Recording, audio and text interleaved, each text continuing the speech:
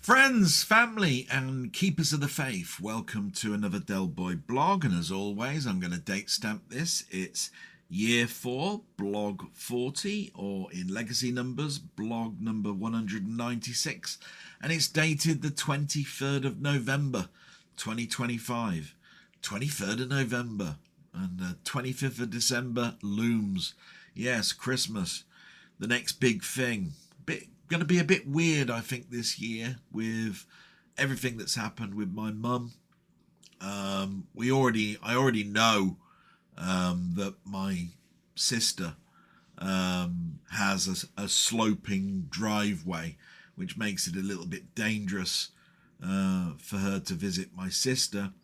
But my sister's already stated that she'd like to bring a meal up to her on Boxing Day, because I've already told her that I want to cook the Christmas meal like I did last year. It should be that way, and I think she agreed with that.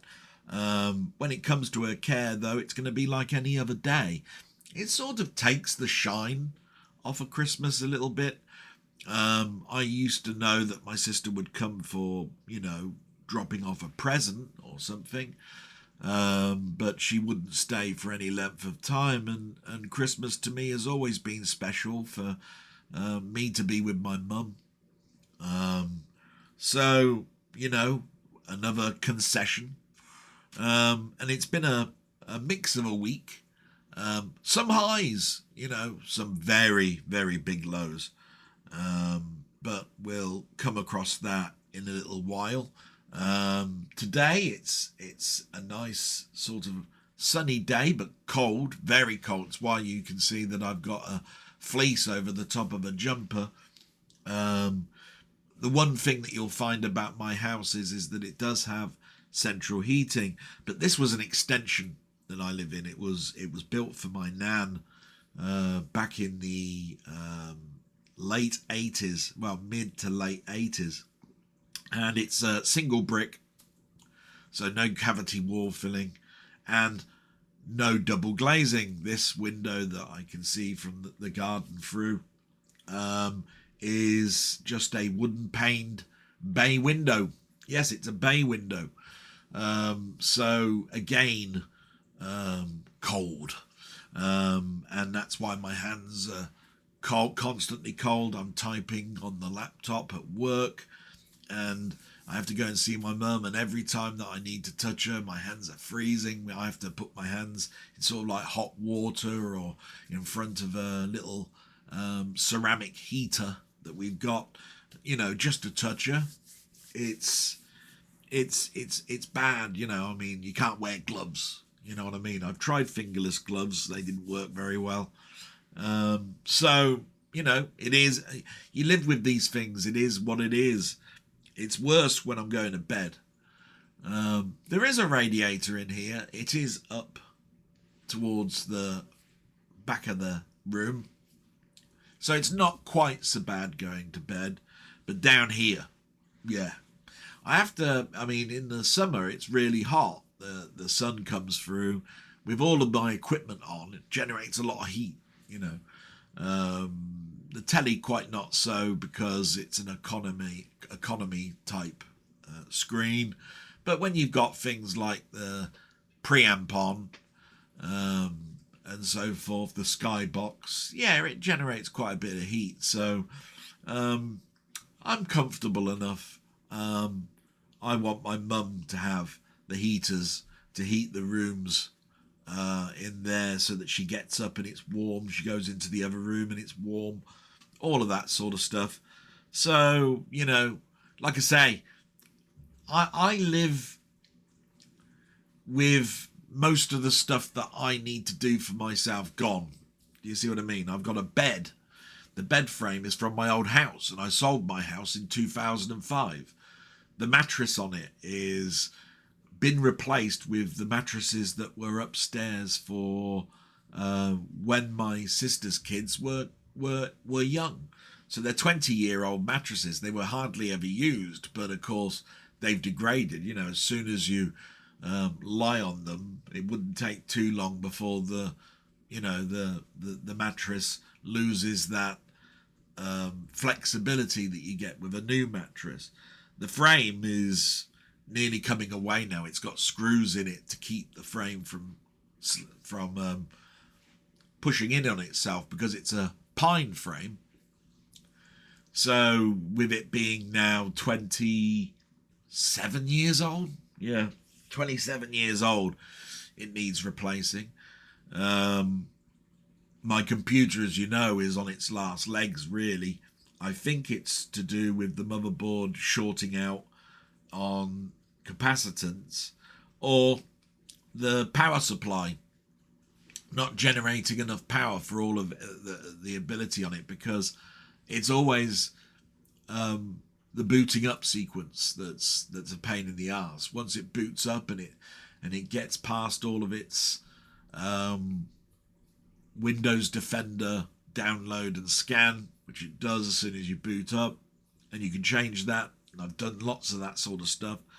It's better, but it needs replacing. It is now 13 years old, so you shouldn't be using something that old really anymore.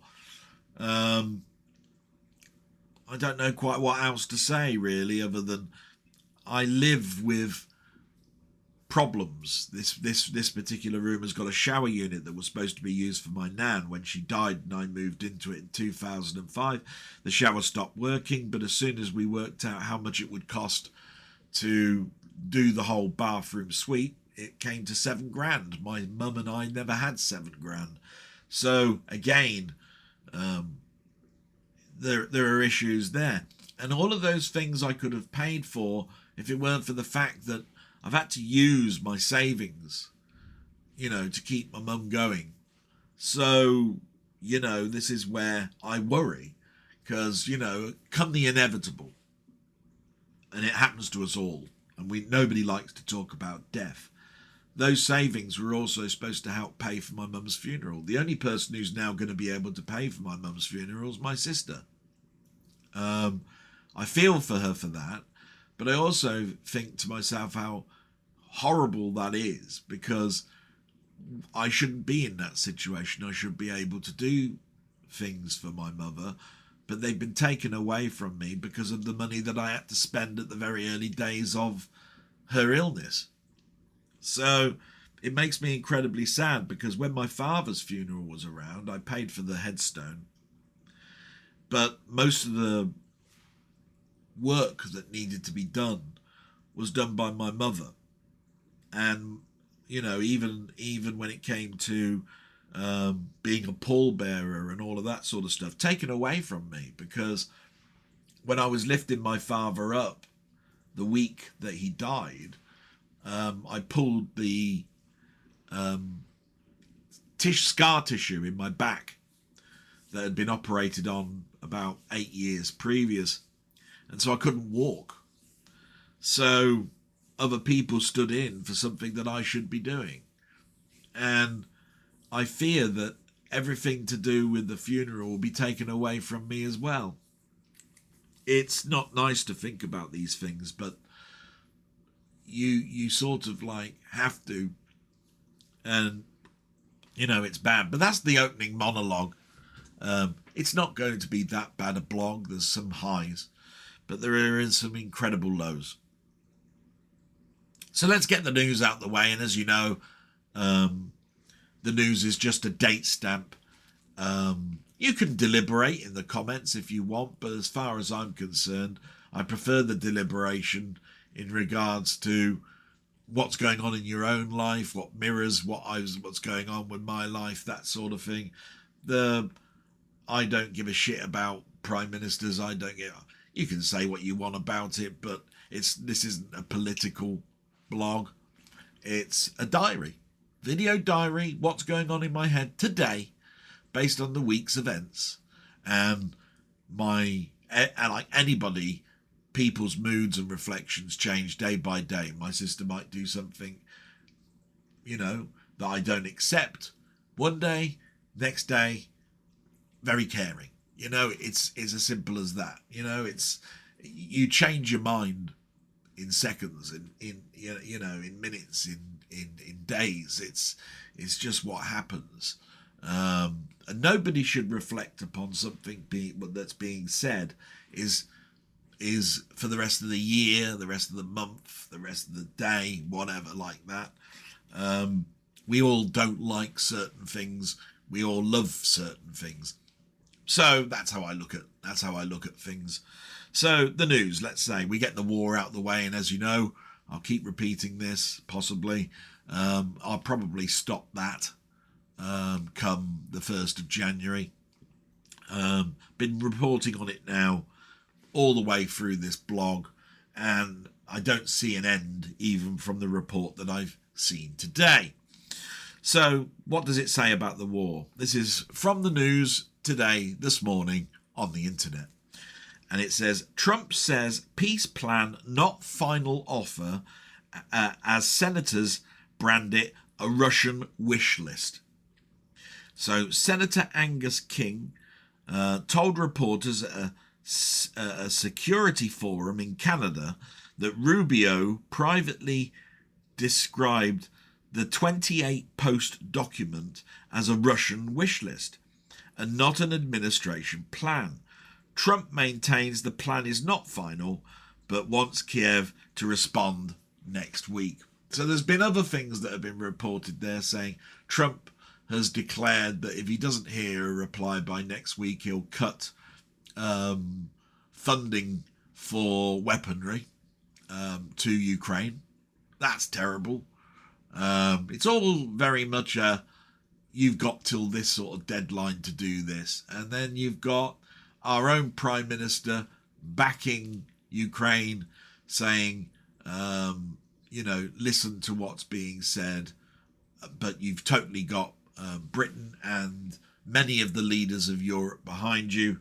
And that anything that's going to be going on in Geneva, which is where the peace plan is supposed to be discussed with everybody around the table, will be the time to discuss anything. I did hear on Radio 5 in one of my walks this week that the concessions are that they want the southern part of Ukraine as part of the peace deal. That is apparently against the Geneva Convention.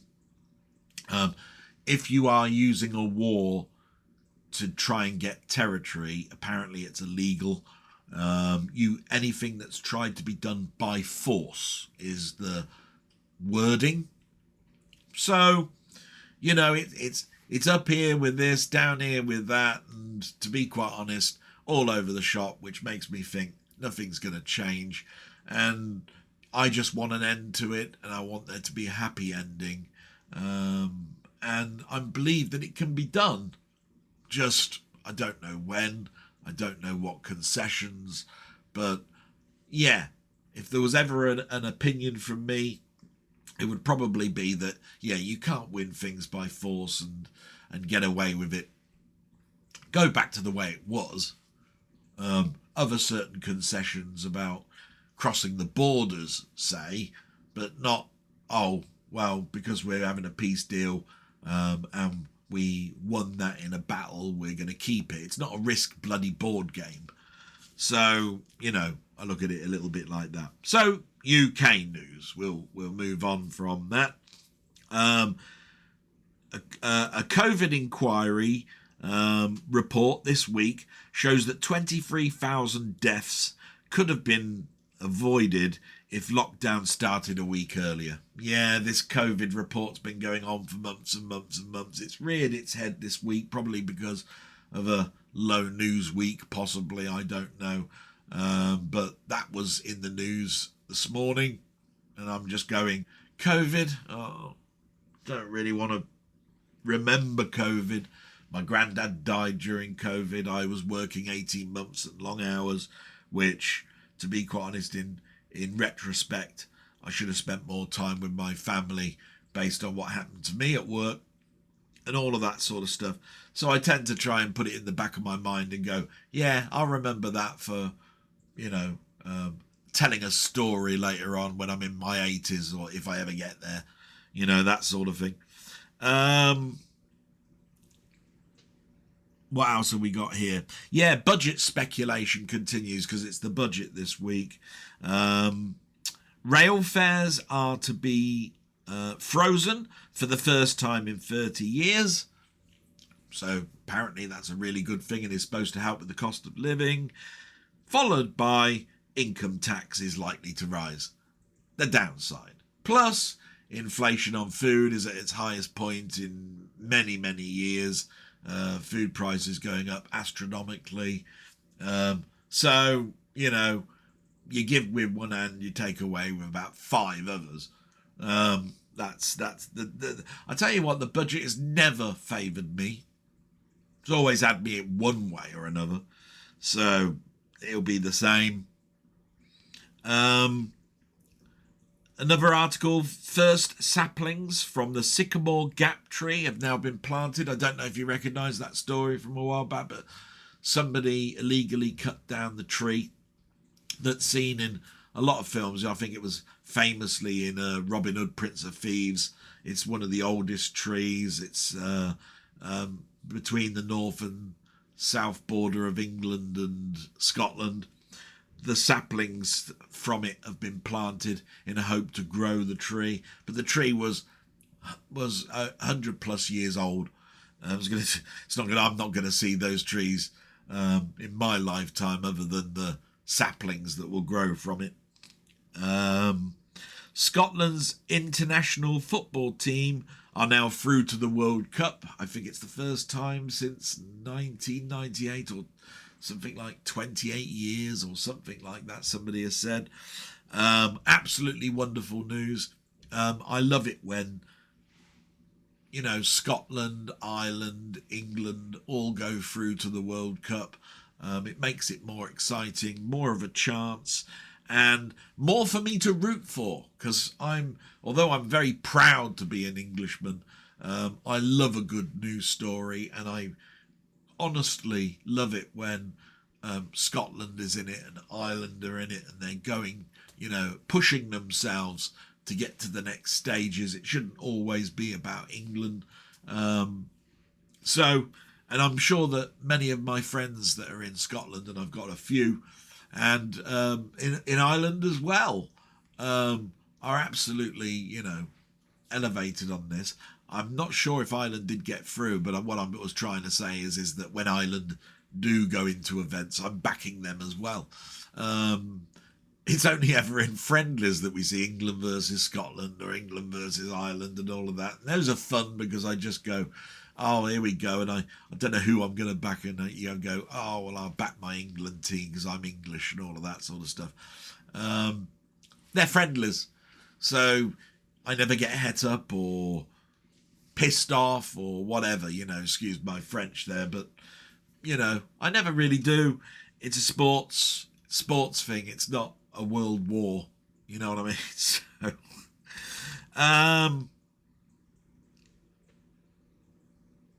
yes, we've had lots and lots of bad weather. So we've had lots of rain down here and cold. We had a ground frost this week.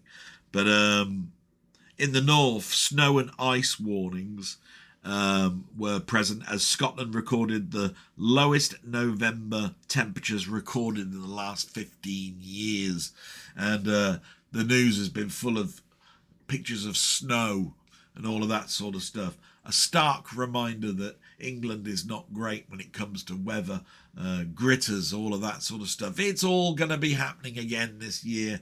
It'll be all in the news that cutbacks have meant that there's less gritting machines out there, putting us at risk when it comes to health and safety, and yet all our businesses follow health and safety rules, and here we are with driving and so forth on unsafe roads, potholes, all of the rest of the stuff.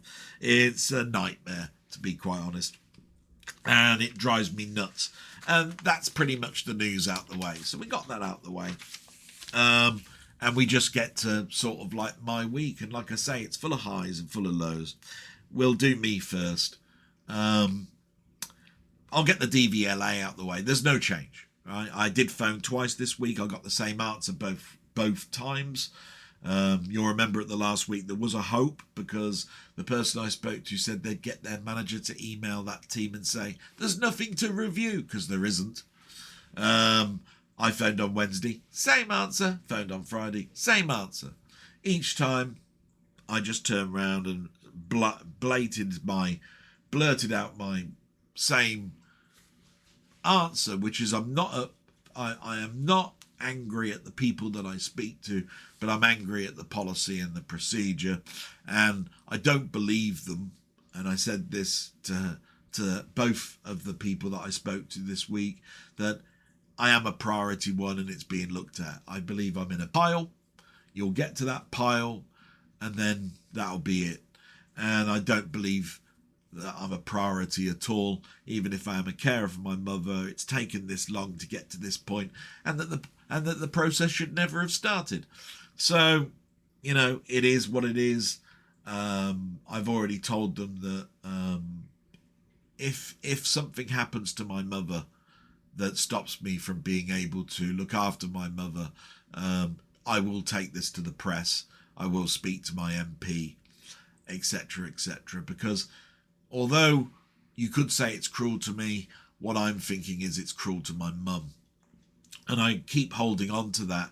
And that will sort of like explain a little bit later on when I get to my mum, because of what's happened this week. But what else could I talk about with me? Phones, mobile phones in particular. I don't know if anybody knows, and you should do, Black Friday, isn't it? Right? So it's Black Friday. I didn't get the text from my phone company to say that I was out of contract. Now, what should happen when you're out of contract is that you should get an email that says that you are. I've checked my phone. I've got no such email. When I've spoken to them, they've said they've sent it. And I said, can you prove it? Because I can prove on my phone that I haven't, but then you might turn around and say, I deleted it. I can tell you now, I never received it. And we sort of stopped the conversation there. But I phoned them up because what should happen on Black Friday is there should be special deals. Do you know, I should be able to upgrade, get a special deal, and also, because I work for the Ministry of Justice, I get something called perks, which is 20% off of the airtime for 2 years. Now, I've got my code for that. Now, if you look at SIM-only deals, they're all sort of like the same sort of thing. But I'm disappointed with E that I never got the text messages. And over the last 7 years that I've been with them, is it 8 years actually? 8 years. It's not gone swimmingly at least twice. So every 2 years, at least twice of those. So we're at a 50-50 stage on good service. Okay. So I phoned them up as best as I could, was on the wait for 40 minutes. I did what the Martin Lewis show says, and it says, go through the line that says you want to leave, right? You'll probably get a better deal. So I went on the website and I priced things up.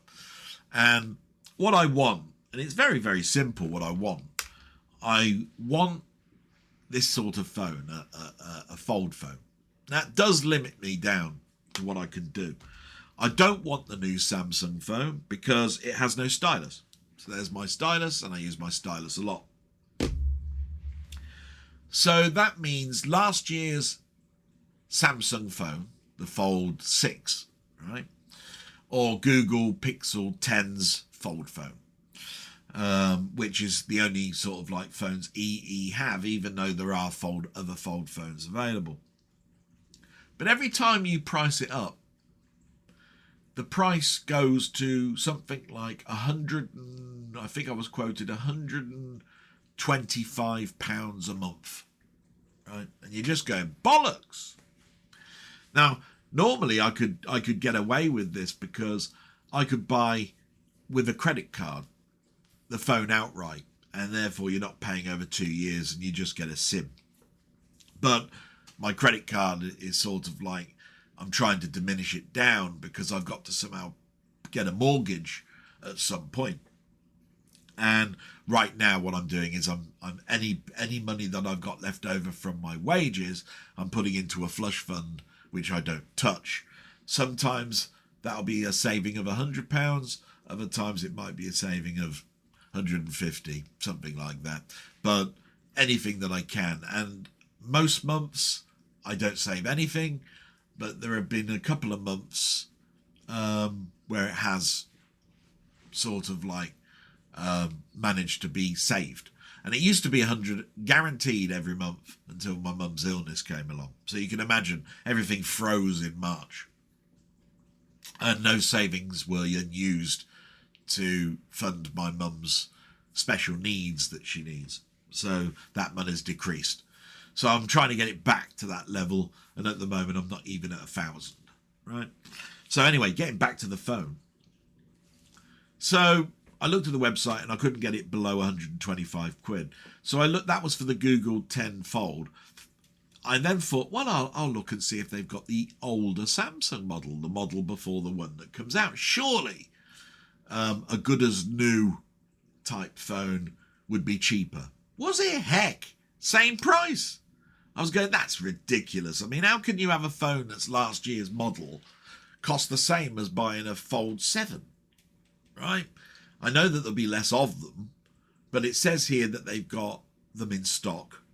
They've only got them in one colour. But the model that they've got is above the model that I've got. So in other words, I've got a 512 gig memory on this. I think it's a 1024 or a 1 terabyte model that they've got of last year's. But it's second hand. What you have to remember, it's second hand. So you put it with the phone service and it comes to the same price. So I phoned the PUC code number, you know, the number to get my pack code. And I spoke to this guy and I told him my situation. And I said, look, I'm thinking of going. I've got a 50-50 with you in regards to customer service. 1 year, one of the 2 years it's great. The next 2 years it's bad. Next 2 years I've got a great deal. Next 2 years bad. And I'm a bit pissed off I never got the email to say I'm out of contract. That means that you've taken more money out this month than you should have done because the perks and everything expired. So you've taken away more money this month, and unless we come up with a deal today, I want my pack code. So he went away and basically he came back and said that the cheapest he could get anything down, and that included the second-hand phone, was 113 quid. And I said, well, that's the reason why I'm going. I said, I could go with a rolling SIM with you. It would be the same sort of price as going with Sky or Tesco or any of those. I've had a look already because I don't get the perks with those because you recognise the NHS and the Ministry of Justice in your perk system and they don't. But I have to look at it from a customer service point of view, and you've been very hit and miss. Great coverage, hit and miss customer service. It's very important customer service, so I might be going. He said he couldn't do anything, but he also repeated that Black Friday isn't actually Black Friday for them, it's Monday. I went, oh, right, so you want me to make another call, do you, on Monday?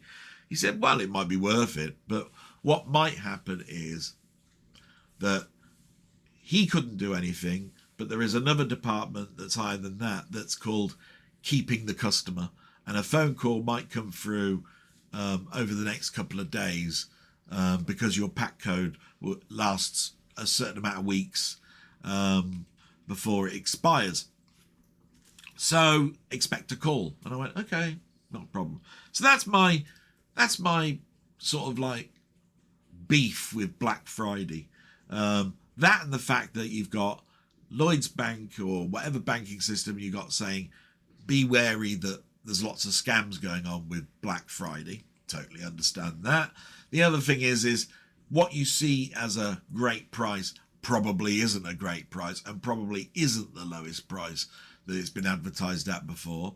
Loads and loads of articles on YouTube and on Google in regards to calculations that tell you trends on things that are being sold on Amazon and so forth. And they were all telling you, yeah, this was cheaper in spring than it is now. Plus, look at the models very carefully. Now, I looked at just as a comparison, the Garmin Fenix 8 watch. Now, I've got a Garmin Fenix 6, right? It's a 6X, right? I bought that in a Black Friday deal, but there are many models. There is a model that's got a slightly larger watch face, smaller watch face, one that's got the word sapphire at the end of it, which denotes the glass that's being used, ones that say that they're solar powered and the ones that aren't, and ones that use a different GPS tracking system, etc, etc. Now, the most expensive Garmin 8 in their range is £1,023. The Black Friday sale said that this watch was £899 and it's down to £599, and it sounds like a really great deal, but that £599 is the lowest of the models, and the Garmin 9 is out in the spring next year, so we're at the end of life for this particular watch. If you want the sapphire or the solar part, they've only reduced them by £50. So why is it that they've got £599? It's because it's the lowest model and they've got a shit ton of them. That's it. Right? There was a £20 knockoff of the £1,000 model. Right? They probably don't have too many of them, and they know that people will buy them at that price. Those people that are very sporty and need the best sport accurate watch, and one of those ones that does those He-Man triathlons and all of that, because they're incredibly sturdy. They come with metal bands, they come with the sapphire glass, etc, etc. Water resistance up to bloody 20,000 leagues under the sea level. You know what I mean? So, yeah, I totally get this Black Friday crap. Load of shit.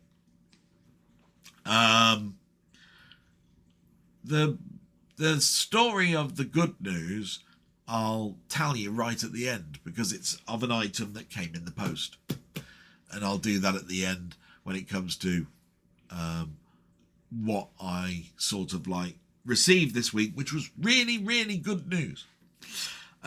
Let's go to work very, very quickly on this one. I did more training, but I did mostly the basic stuff all week, which disappoints me, not doing anything high in particular. We were doing testing of some reports that we wrote last week. Great.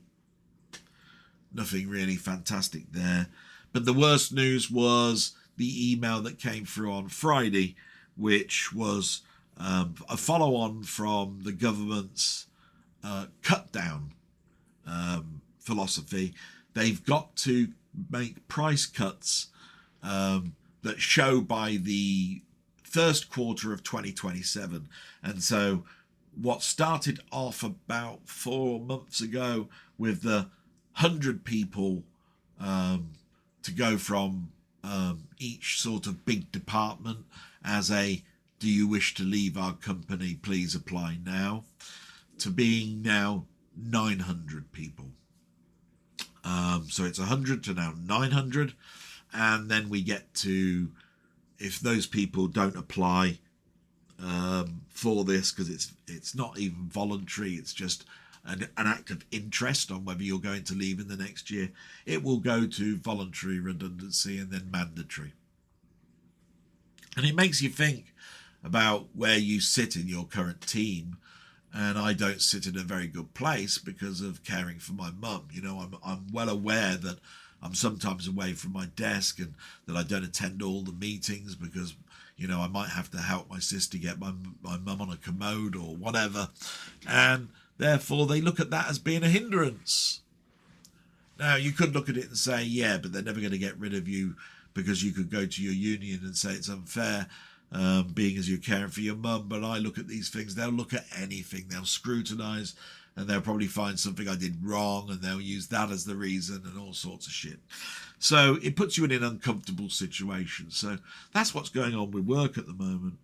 And then when it comes to my mum, wow, what a week.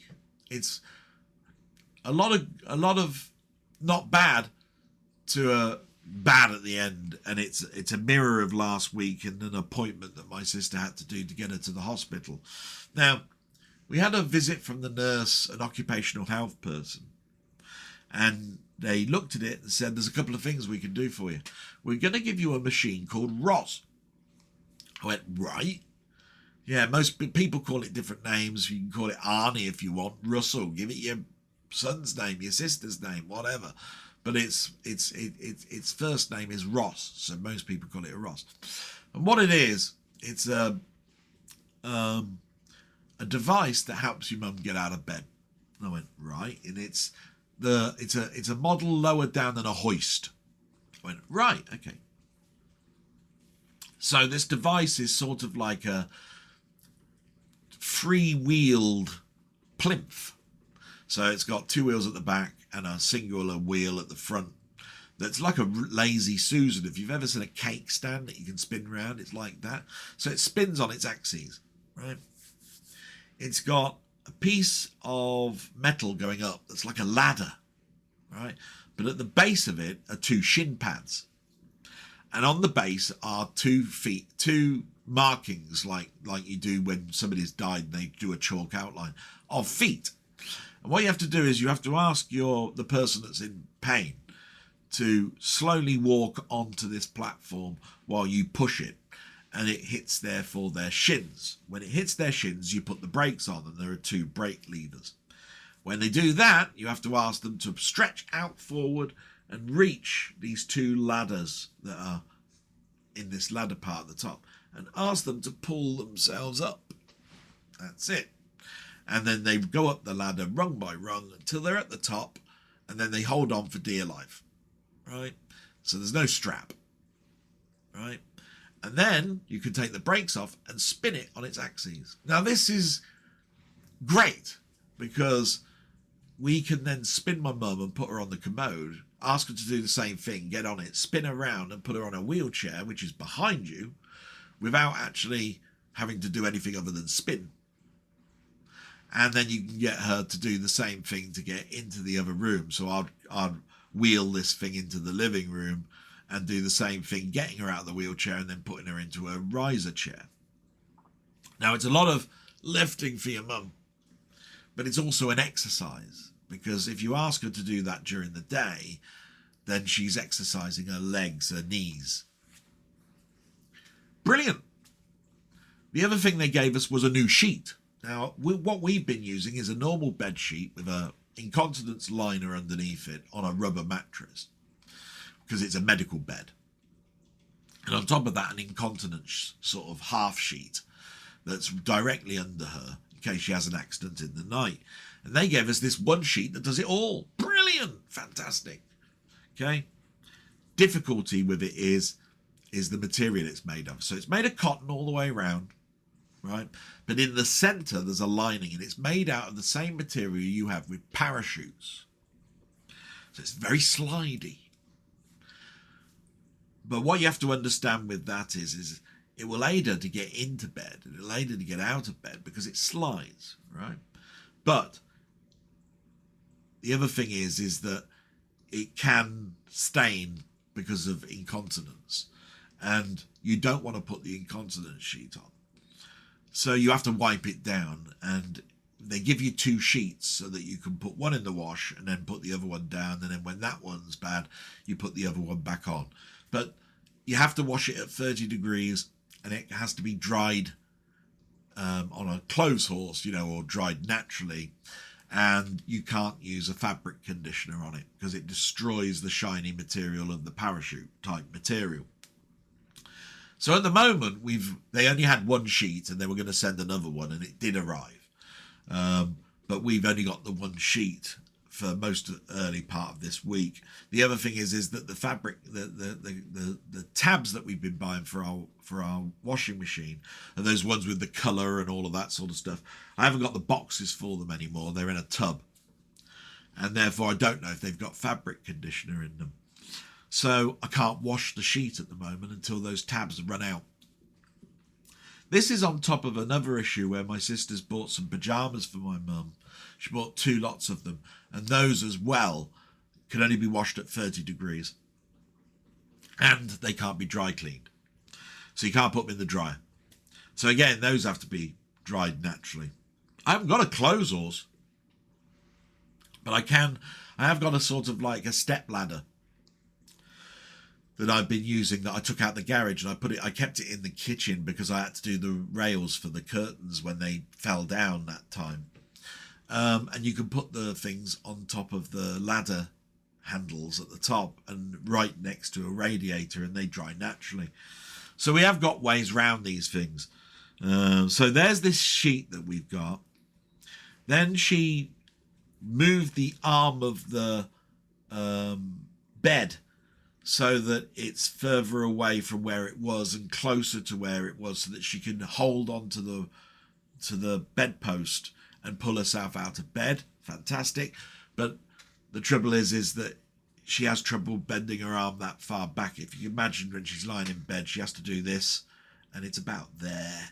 But you can't move it any further because of the legal requirements in measurement on how this thing can be, because there is something called entrapment. So you can't have it so far in that the patient feels that they're entrapped, right? So yeah, get that part. Then they brought a riser, a pump-up riser for the riser chair, which is sort of like an inflatable raft type thing that's just a seat cover that they pumped up and put on. But my mum slides off of it, so we soon got rid of that. That was a waste of time. So the thing about this new equipment is it's absolutely wonderful, because what we get now is my mum to move her legs before in the morning. And then we get her to try and get out of bed herself by using the sliding material, which she can get quite far now. She can get her feet to the edge of the bed before she goes, no, I can't go any further. So we help her with that. So we pull her legs over the edge. And then she's managing to do it 1, 2, 3. She has to do it 1, 2, 3, 4, 5 times. She has to lift herself up to do the whole routine. She can generally do it 3 to 4 times before she says, I can't do this, and we have to help her by putting our hands underneath her armpits and lifting her up. So good news on that.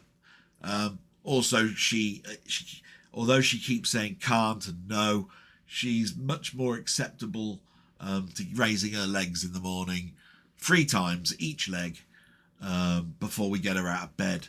But all of this is added time to getting to the morning routine and the evening one to an extent.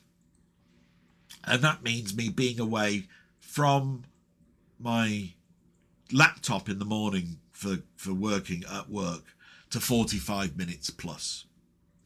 And they've noticed it. And I had to tell them, well, we've got this new piece of equipment and it's a new routine, and we're trying to, pare it down and all of this sort of stuff.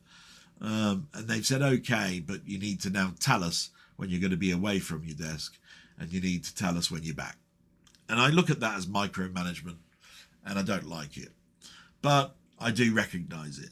So I said, yes, not a problem. But do recognise that this is caring for my mum. And even the manager at the very beginning of all of this said, health and your mother's care is priority over anything that we need at work. So I did sort of like take hindrance to it a little bit. So there's that. So that's some good news, really. The other what should have been good news is that we haven't been able to get my mum to have her hair appointments, right? We used to be able to do this, and for the last 6-7 weeks, her hair is going grey where the roots are showing because we haven't been able to get it coloured and all of that. So we decided as a one-off and as a special gift, we'd try and get her hair done, coloured, and we booked a taxi, and one came, and we couldn't book the taxi to come home because we don't know how long the colouring would take. We know it's generally about 3 or so hours, but you can only gauge it. And so that was an impossibility to book it, but we hoped we could get the same sort of taxi on a return journey. Hope is the word. So it was a later than what we'd like appointment. It used to be that we did it on a Friday and it would be about 10:15, half 10. This one was 11:15, and it took till about 3:30, 3:45 to get her home. But the big problem for my sister was couldn't get the taxi. One taxi firm said we can't book it because there's no road to pick her up from. Yes, this is a thing. If you don't have your road on the sat-nav, they can't pick you up from it.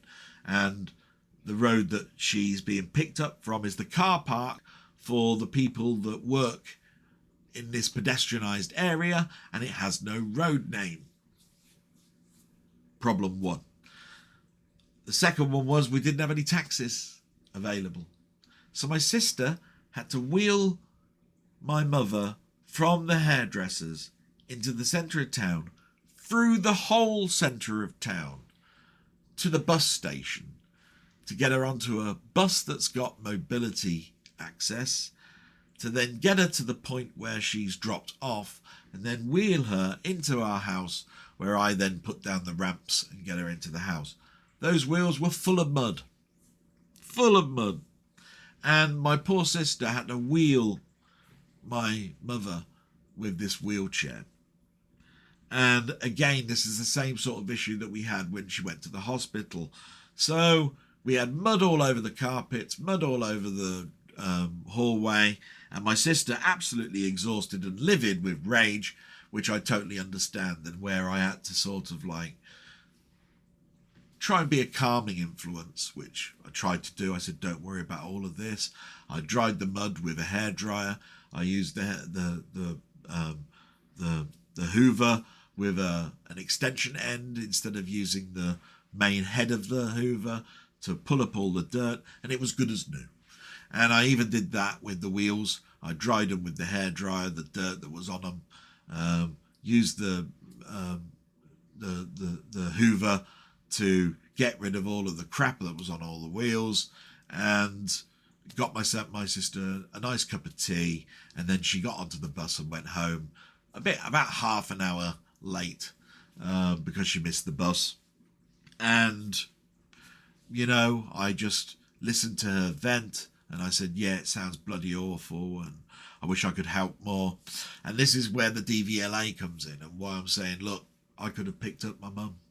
I know I haven't got the mobility access in my car, but it's enough that we'd have been able to do it as an emergency. And it brings us to the next part, which is the steroid injections, which we've got a date that we can do, but the actual injections need to be done in where I work, Bicester, about 15 miles away. And what we've found out is they've got the report that says that she needs the injections. She's got the forwarded recommendation from the nurse and the GP that says she needs the injections. But what we found out is the nurse on that day, or whoever, or the GP that's going to give the injection, can turn you away and say, no, I don't agree with this recommendation. And we could therefore travel there and travel back and get nothing. That's atrocious. If you've got an actual scan that tells you this, and you've got a GP and a nurse recommending this, and you've got a report, how can this person just turn around and go, nah, not going to do it?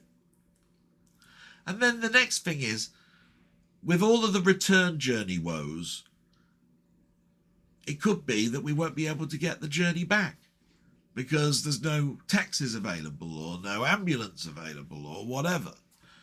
So, and without me being able to drive, how are we going to get my mum back? She's in Bicester this time, 15 miles away. Can't exactly wheel her from Bicester home, can you?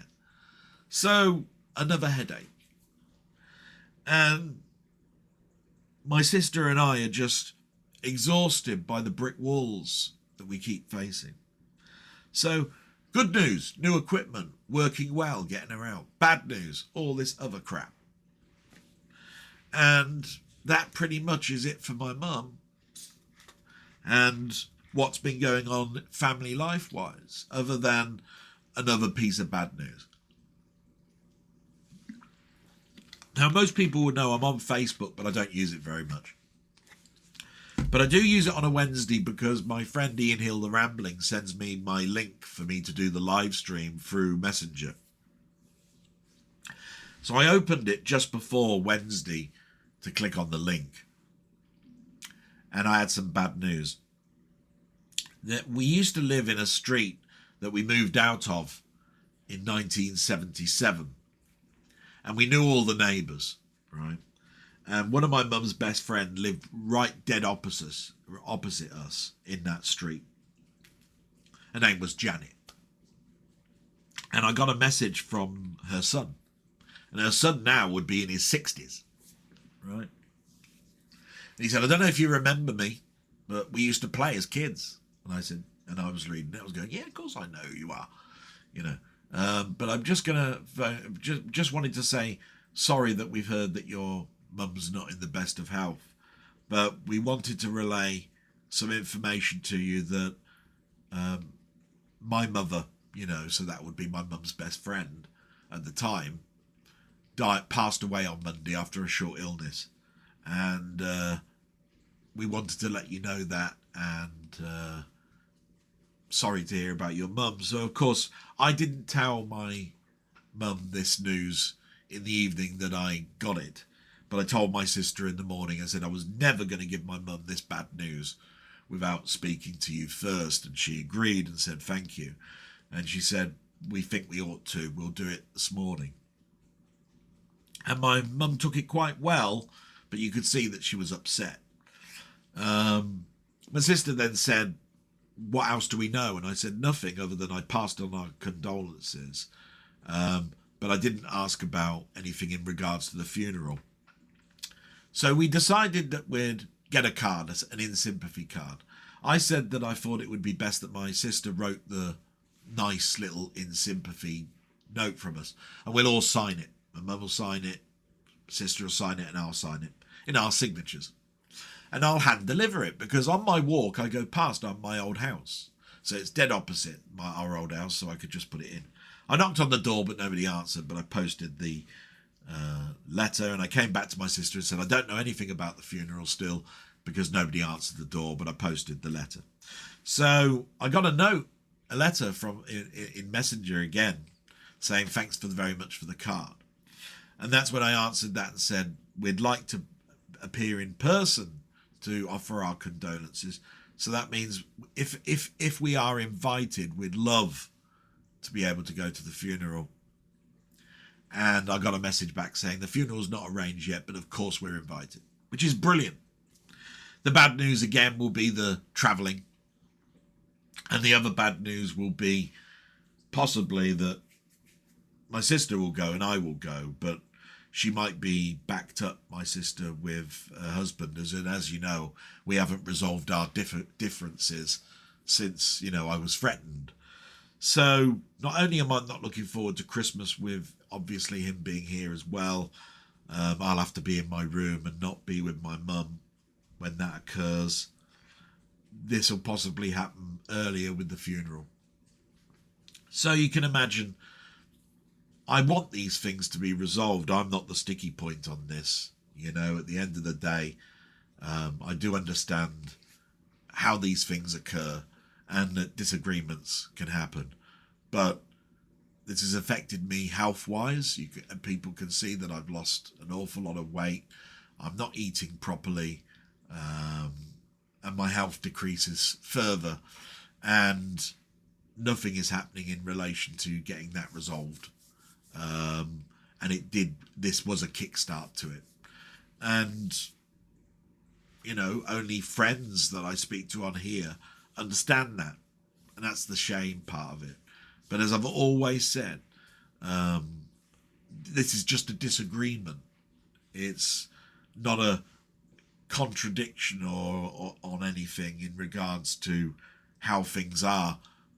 my sister and I are both wonderful carers for my mother, and will continue to be so. And I love my sister to bits, but I do know that we will probably never, and even all the way until the grave, agree. And we didn't talk for 20 years, and that's a very big hurdle to get over, right? When the commonality of what we need to do goes, then there is nothing to keep us together, because there's nothing in common. We go back to not talking. And that's how I see it. It's a bleak future. It might change. I doubt it. So that's where I end that, because I end it on a high, because my sister's had the worst week, and I know that I've been there for her for it. And that's all that I can do.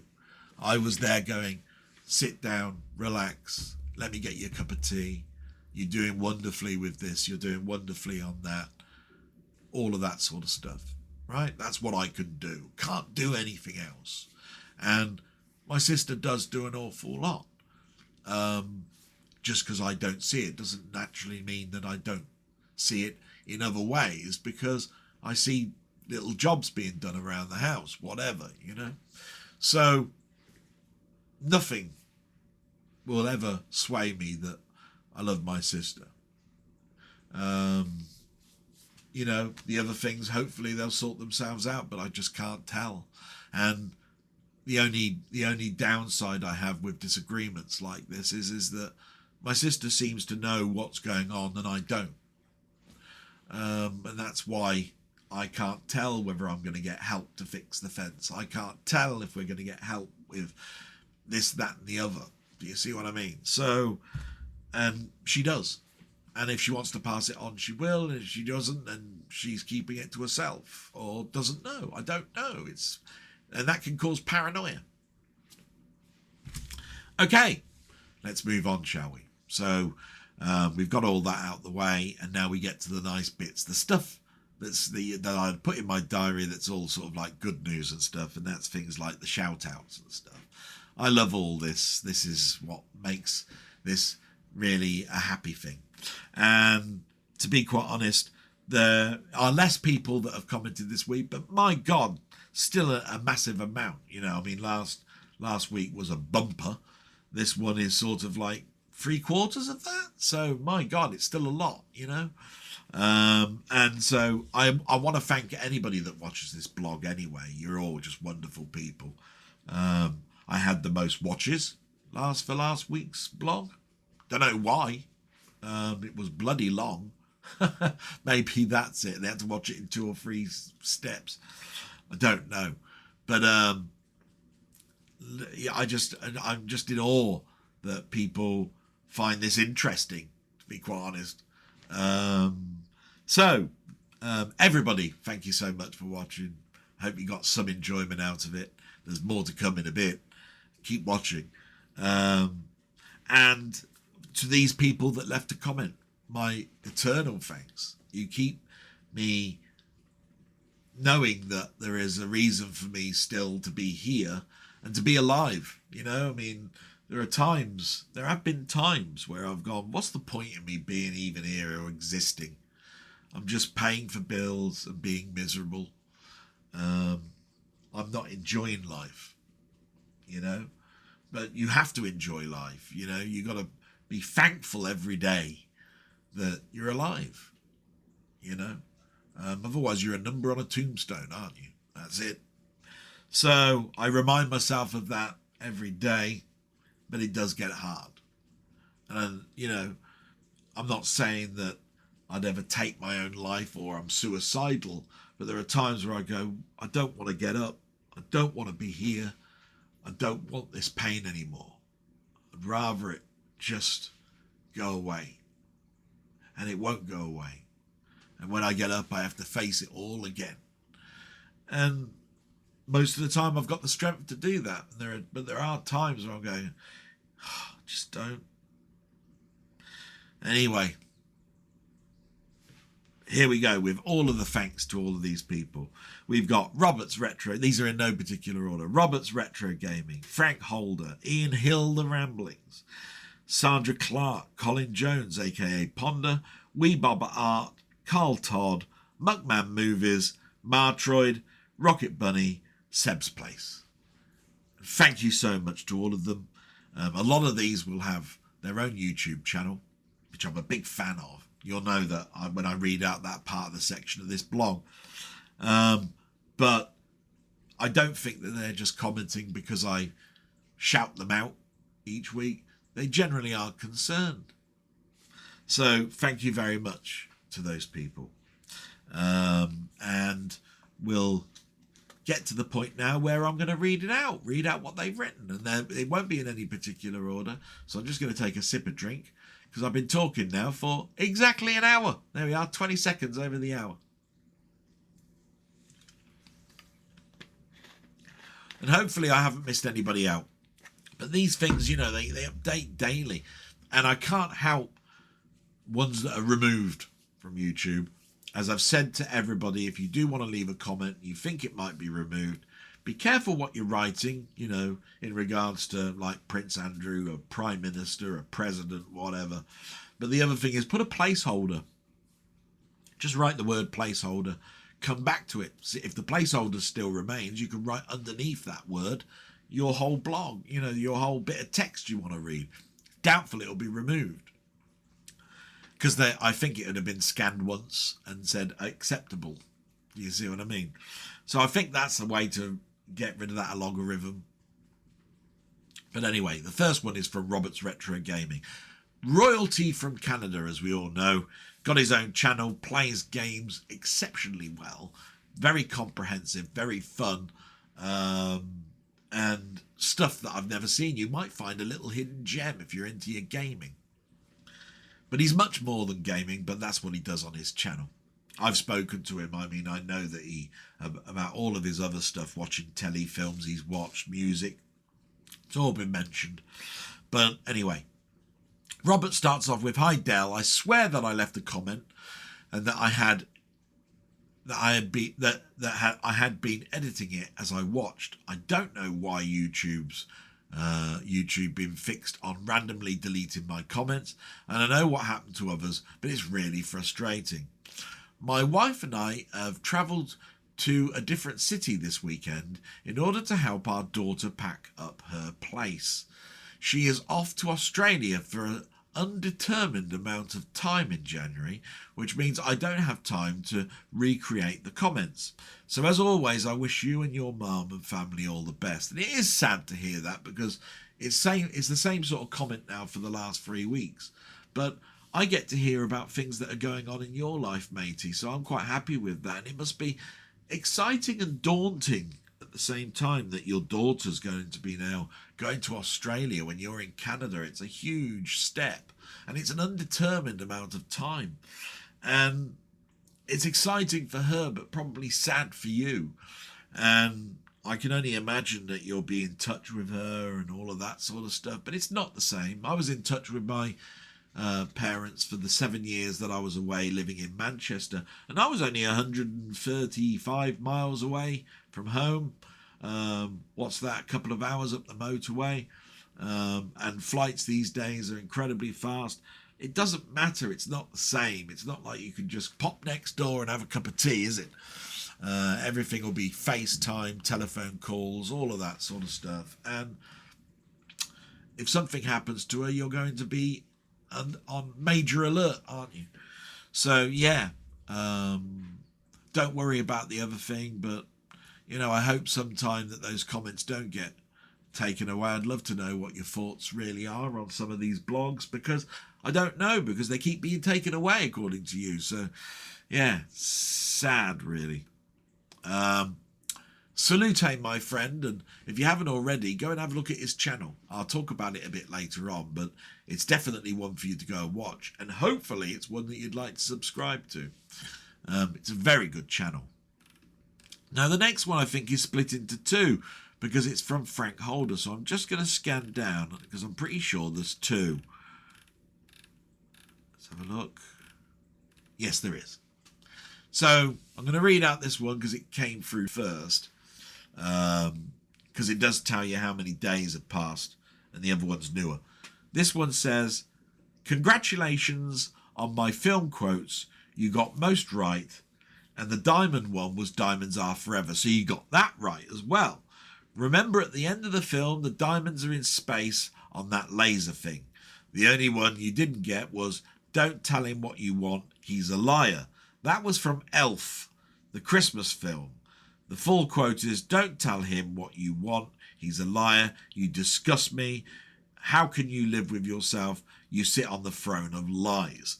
I will give you 9 out of 10, Delboy. Brilliant. Thank you very much. I did my best. Elf. Yeah, I've watched it.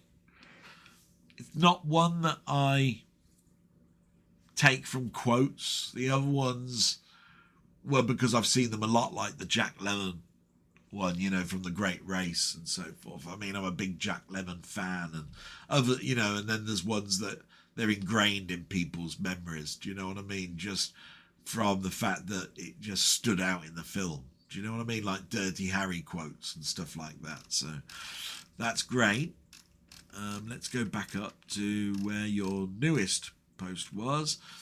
And you've put an addition. Oh, okay. Questions for this week.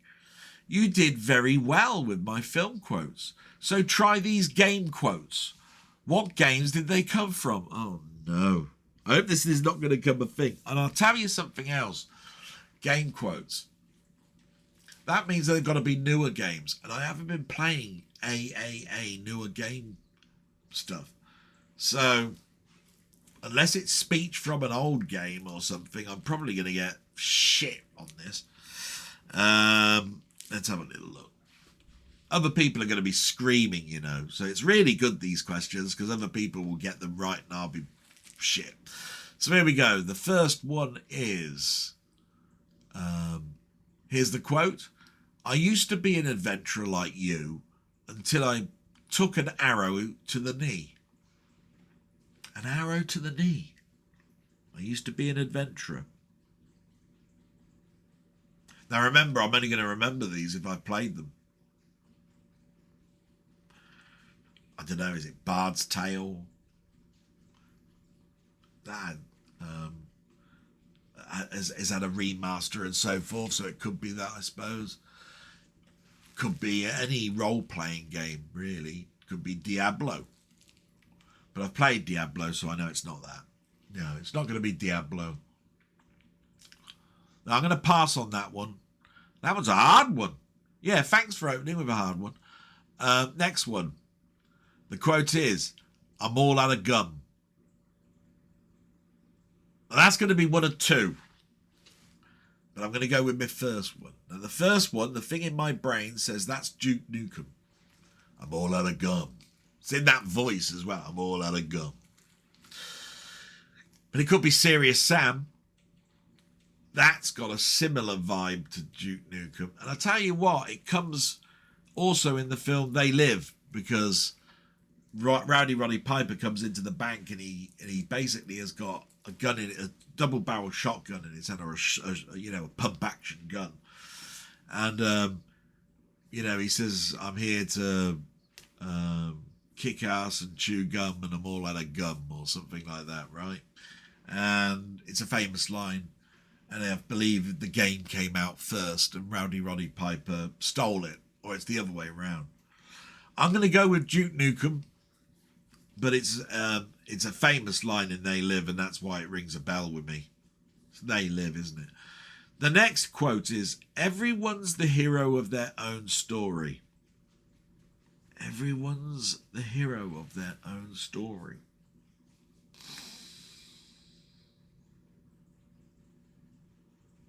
It's going to be another role-playing game.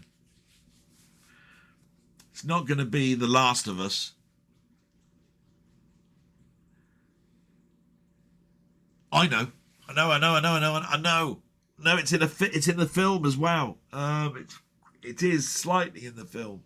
It's Borderlands.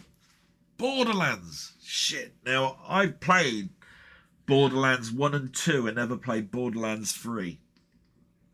And I saw the film and thought it was atrocious. Oh, God.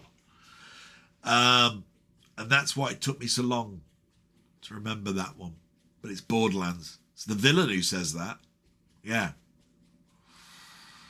Oh, let's see what your next one is. Oh, this is fun, this next one.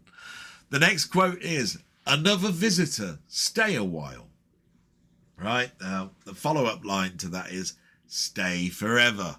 And it's Elvin Atombender is the character's name.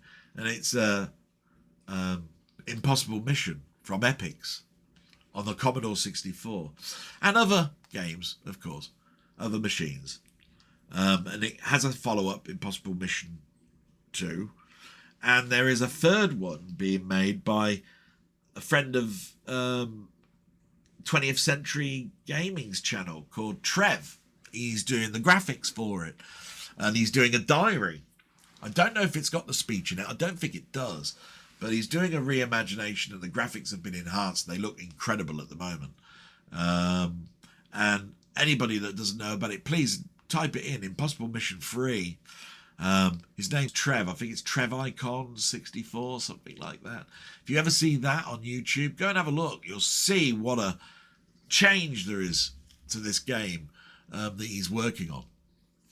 So that's Elvin Atombender. Another visitor, stay a while.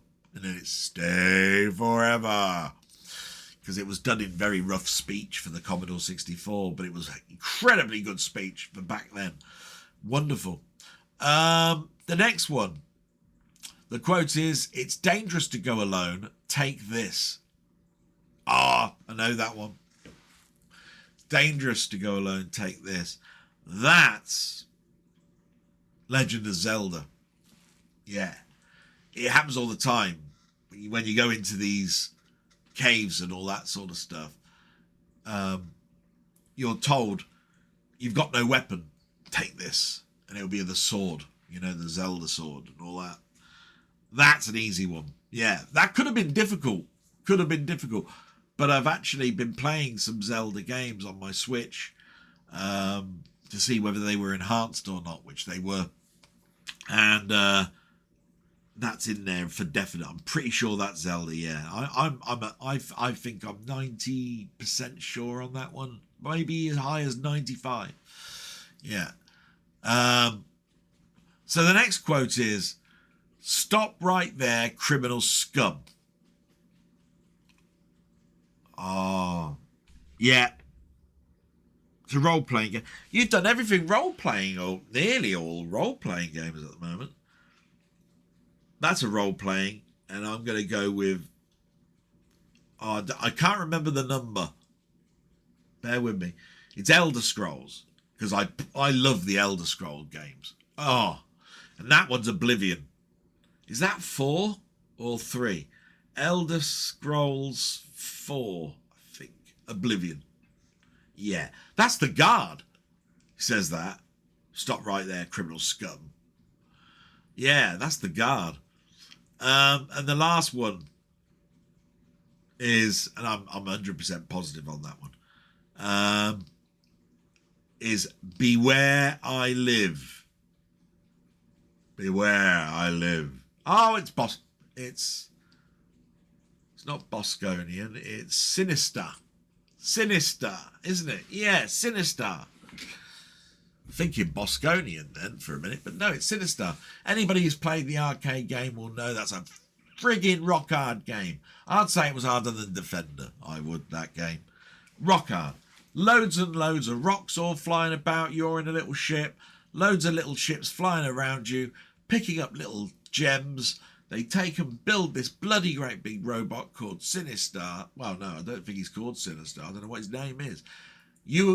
And he chases after you, and as soon as he gets up with you, he eats you. It's like a big face robot. It's like just a face on the screen. And it flies about like a spinning disc. And you have to fire cine bombs at it, which is why I think it comes from the word sinister, as in a plain word sinister. But yeah, Sinister, definitely. I live. Yeah, that menacing voice. I'll never forget it. Brilliant. That's all of those quotes. And there's no thank you at the end, but he did a thank you before. It's just really the question. Thank you so much. Absolutely wonderful. Really enjoyed that. Makes your brain think. Takes a bit of time to come up with the answers. But wow, really enjoyed that. Salute, my friend. The next one's from one of my biggest supporters, Ian Hill, The Ramblings. Now, I'll say it every week and I don't care how many times I say it. I don't think without your support I'd be able to get through the week. It really is sometimes I have the most difficult of weeks. And I do a live with him on a Wednesday. And I just have immense fun. Just really do have immense fun. I mean, anybody who's not subscribed to him, I don't know why you don't, because he doesn't just do films and movies. He does TV and music and books and magazines and unboxings. And oh my God, it's never ending. And he does a live with me. And, you know, even with all of the things about getting my mum into bed, he's there supporting me. He lets me go off, get my mum into bed, come back and then do the remaining couple of hours stream. And there aren't many people that'll do that. You know what I mean? I've been on certain streams and if you can't be there, don't bother coming on, you know, that type of thing. Because it's important to them and I get that. But he just backs me up to the hilt. Marvellous. Marvellous guy. Looks like Father Christmas gone wrong. But called Captain Birdseye. Nicest guy in the world. And I'm sure he's having a laugh at that now. But let's see what he's put, shall we? He's put, hi, Del Boy. Hope you and your mother are okay and coping with the cold. I'm not. I think it's making me even more grumpy. Getting old is crap, and I'm only 65. But I feel much older. I enjoyed our live, despite the blocking issues, which I don't understand at all. Yeah, the blocking issues, we'll talk about that in a bit, but there are certain people that seem to be in a state where they appear blocked. They can't talk, they can't see certain comments. It's not just one person, it's happening to a couple. We don't know whether there's a hacking going on. My thinkings are that YouTube have changed something in the background to how live chat's working with StreamYard and other things. And that it's nothing to do with moderators or anything like that. They've even changed how your user account is displayed. I've recognised that everybody's name has now got a number at the end. But when you try to add them to safe areas, it can't find the account. So who knows? But we're not doing any blocking. That's for certain. And we've spent a good 2 to 3 hours now trying to rectify this problem. I don't know what else we can do other than, if you want, create a new name and come in. You won't be blocked then. That's all I can say. I don't know. But it seems like a horrible thing you got to do, though, to do that. Jump through hoops, you know? Ian continues. Films are always I love to go and watch quite a few again. So films are always I love to go and watch quite a few again. A Christopher Nolan film I'd always wanted to see was Memento, which you kindly sent as a download to me. Technically, there is no denying it's a great film, very impressive, and a great Guy Pearce performance. However, for me, I wanted more connection to the characters, which I didn't get. So I didn't love it. Maybe in the future I should watch it again. Yeah, it was one I sent to you because I thought it would be one that if you liked it, you'd buy. Well, we know that you would anyway. But it's good because then you haven't wasted your money. I will say this, it's very cheap at the moment. I think you can pick it up on a Blu-ray release for about £3. I think there's a 4K. In fact, I think I've got the 4K. I like the film. But obviously the 4K would be substantially more. And, you know, it's one of those things where you've watched it and you go, hey, it's not for me. So, hey, maybe I've saved you some money. So, great. The next film that stood out was The Last King of Scotland, a 2006 film, a fictional look at Idi Amin From the early 70s, a director and president of Uganda, he was very much in the news. He expelled all of the Asians to Britain. It was seen as a dangerous clown-like figure. He was seen as a dangerous clown-like figure. He was disposed in the early 80s. He was deposed in the early 80s and sent to live in exile. He was evil, and it's believed he was responsible for the killing of 300,000 of his people. Forrest Tucker was brilliant in the lead role, and also there was an early role for James McAvoy and a small role for Gillian Anderson. Yeah, I remember watching that, and I think I saw it on Channel 4. Whether they'd show something like that again, I don't know, all that political correctness and all that sort of stuff. I'm not sure. But I remember seeing it on telly. The final film I want to mention is Robin Hood, a 2010 film directed by Ridley Scott and starring Russell Crowe. I'm well aware of it, mate. One of my favourite, one of those top 8 Ridley Scott films that I've got, and one that I've got a deluxe box set of. I love that film. I loved it, and I do love the stories and films about Robin Hood. This was a new take. It was about him before the legend began. It felt and was much more historically accurate, though I am aware that they came from stories and ballads. The amount of detail put into the film enhanced it more. A film I appreciated and loved. Absolutely wonderful film, matey. So glad you saw it. And yes, everybody knew it's a different take. In fact, in many Robin Hood films, you'll see King Richard come and save the day at the end and give Robin his land back and say he can marry the Maid Marian, from his childhood, and it's a happy ending at the end of all the Robin Hood films. In this one, King Richard's dead in the first 30 minutes. He's come back from the Crusades, Robin has, and basically he's trying to help out as best he could, and his deeds are not required. It's how he became an outlaw, and it's an interesting take, and I think it's a great film. I really like it. It's got a fantastic battle sequence at the end. Don't want to ruin it for you.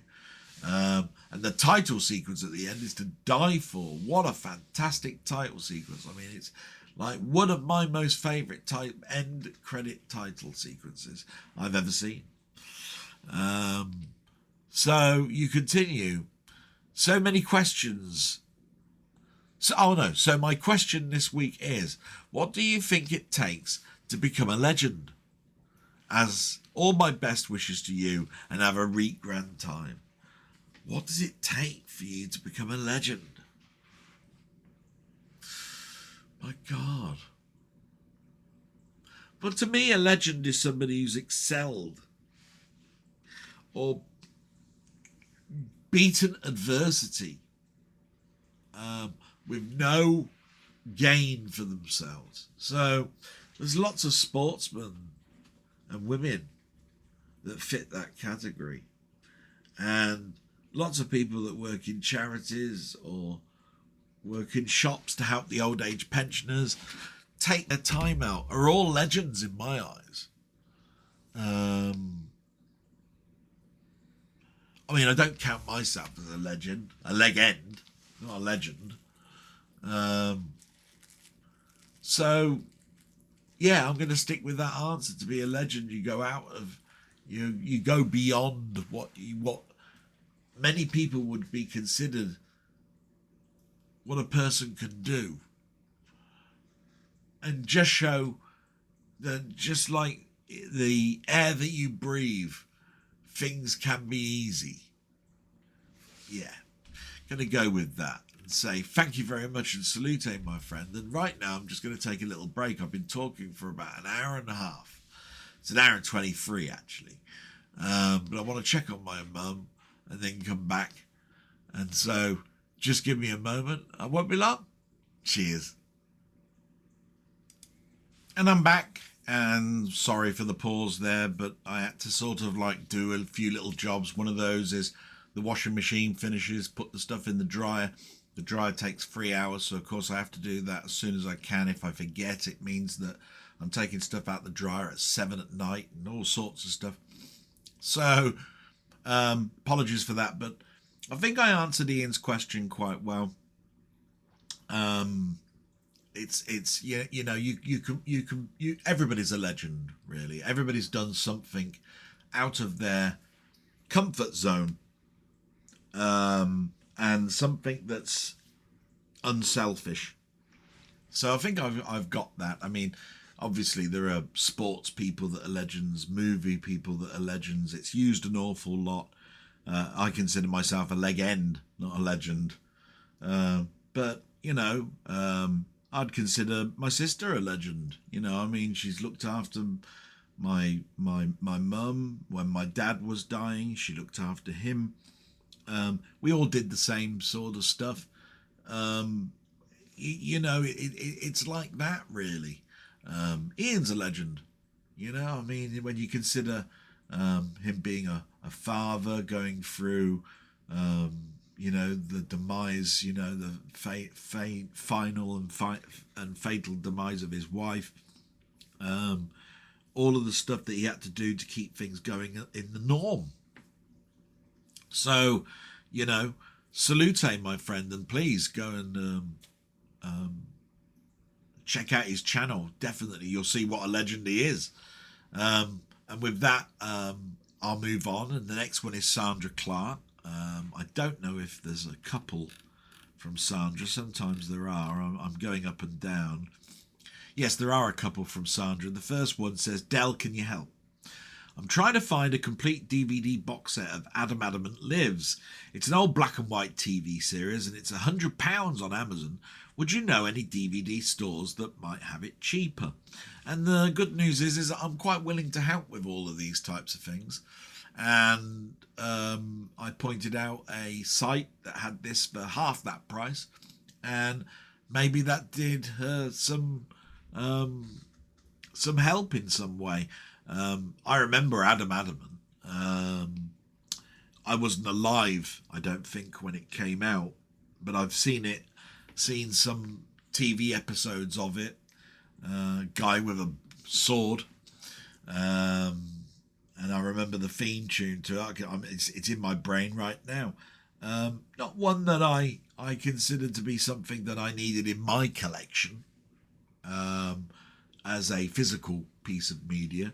But I watched the majority of the shows and enjoyed my time with it.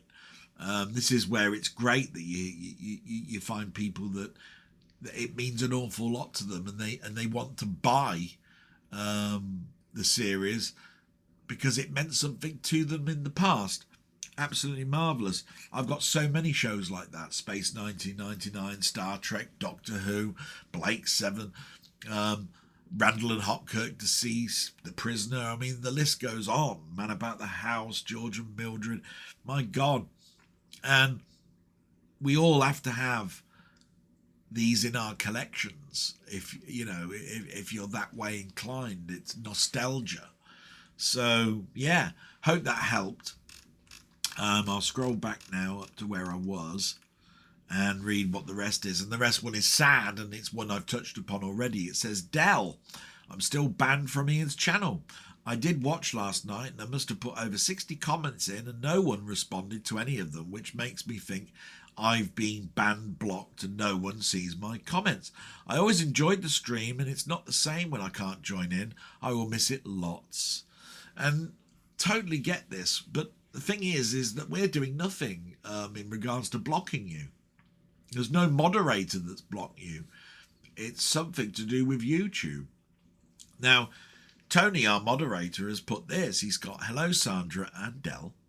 I didn't see any comments from you in the stream, and I didn't either last night, Sandra. It's not just Ian who can't see them. My moderator status has mysteriously disappeared at some point between last week's stream and this. Ian let me know that unfortunately neither he nor Del were able to restore it either. YouTube is faulty in some way at present, or some kind of hacking has taken place to Ian's account, in my opinion. Cheers.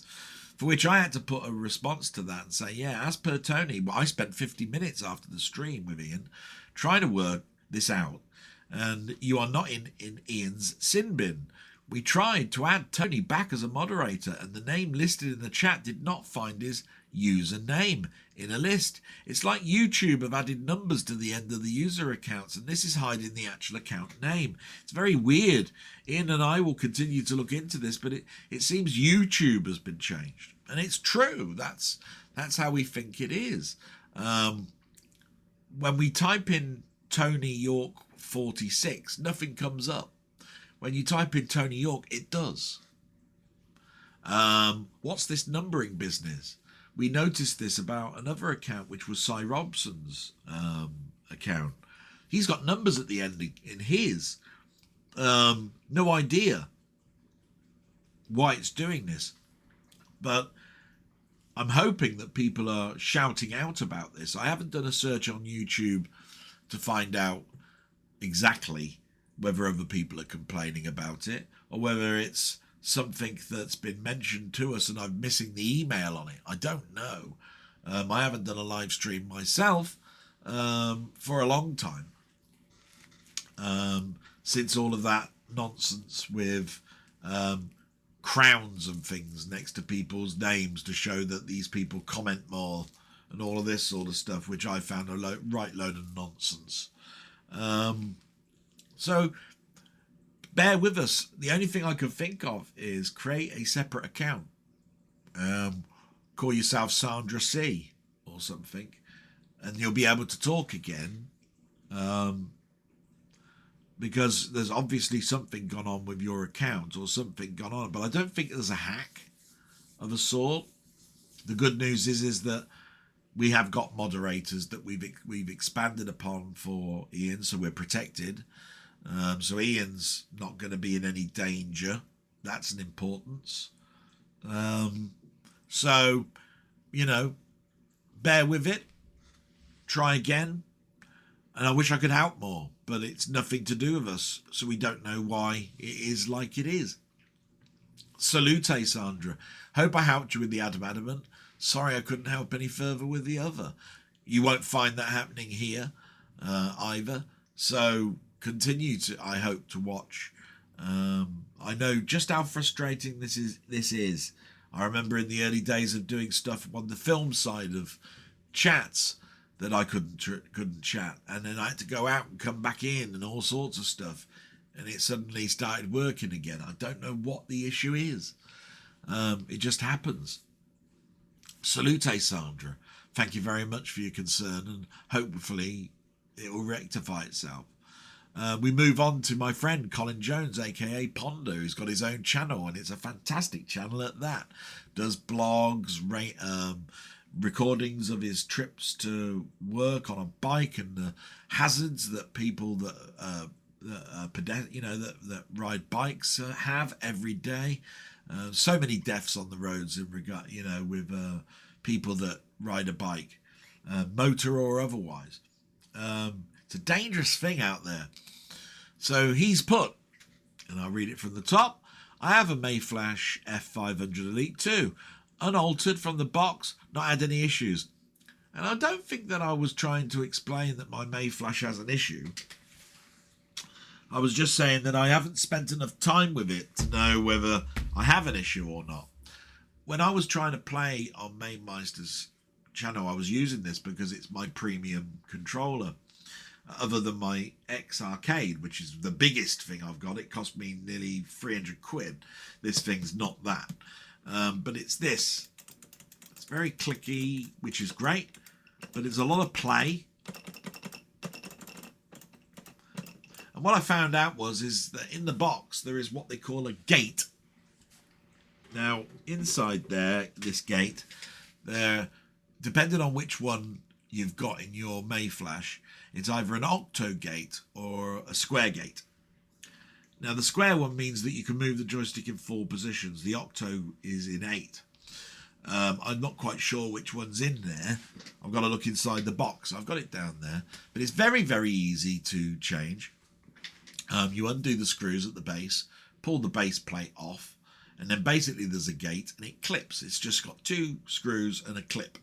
And you undo the clip, put the new clip in, screw it back down, there you are, sorted. And you've therefore got an octo gate or a square gate, depending on which one is in there. Other people have stated that there is a tensioner. You can do that. You can also change the joystick. It's one of those very comprehensive controllers where you can actually change it for Sensoire type joysticks, which have much more professional micro switches and play. You can change the stick length so it's not right at the top, and it's large. You can have it smaller and so very tiny. All sorts of stuff. It's to your advantage to do that. I've not done any of that.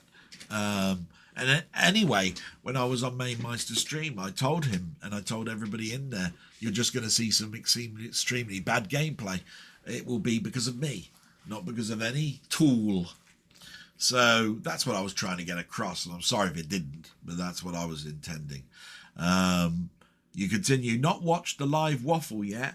I need to be in a better state of mind to ignore the stuttering. I will get around to it though. Yeah, what was happening is that we were sharing each other's screens.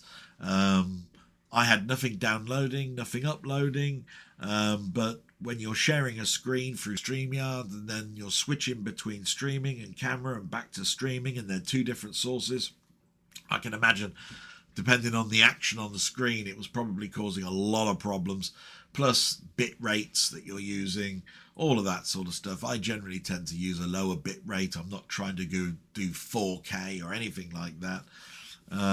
So, it is what it was, because that's where it was in the past now, so don't know. But I had an immense time, and I totally thanked my friend Alan, who's Mainmeister, for allowing me to have a couple of hours away from my mum after 9 o'clock doing something that was fun. And that's all I can put down with that. You continue, the BBC lawsuit is going to cost, but he won't win even if you ever went to court. It was never aired in Florida, so TLDR no case.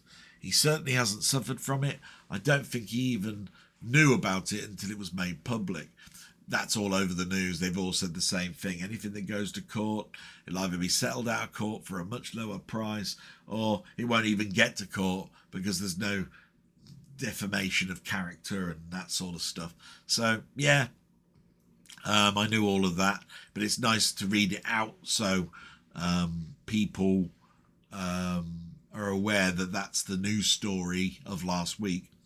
You continue, I think citizens' advice is needed regarding the DVLA and maybe a threat of legal action. It's causing you loss and suffering, especially when you know how bad pre-booked ambulances are.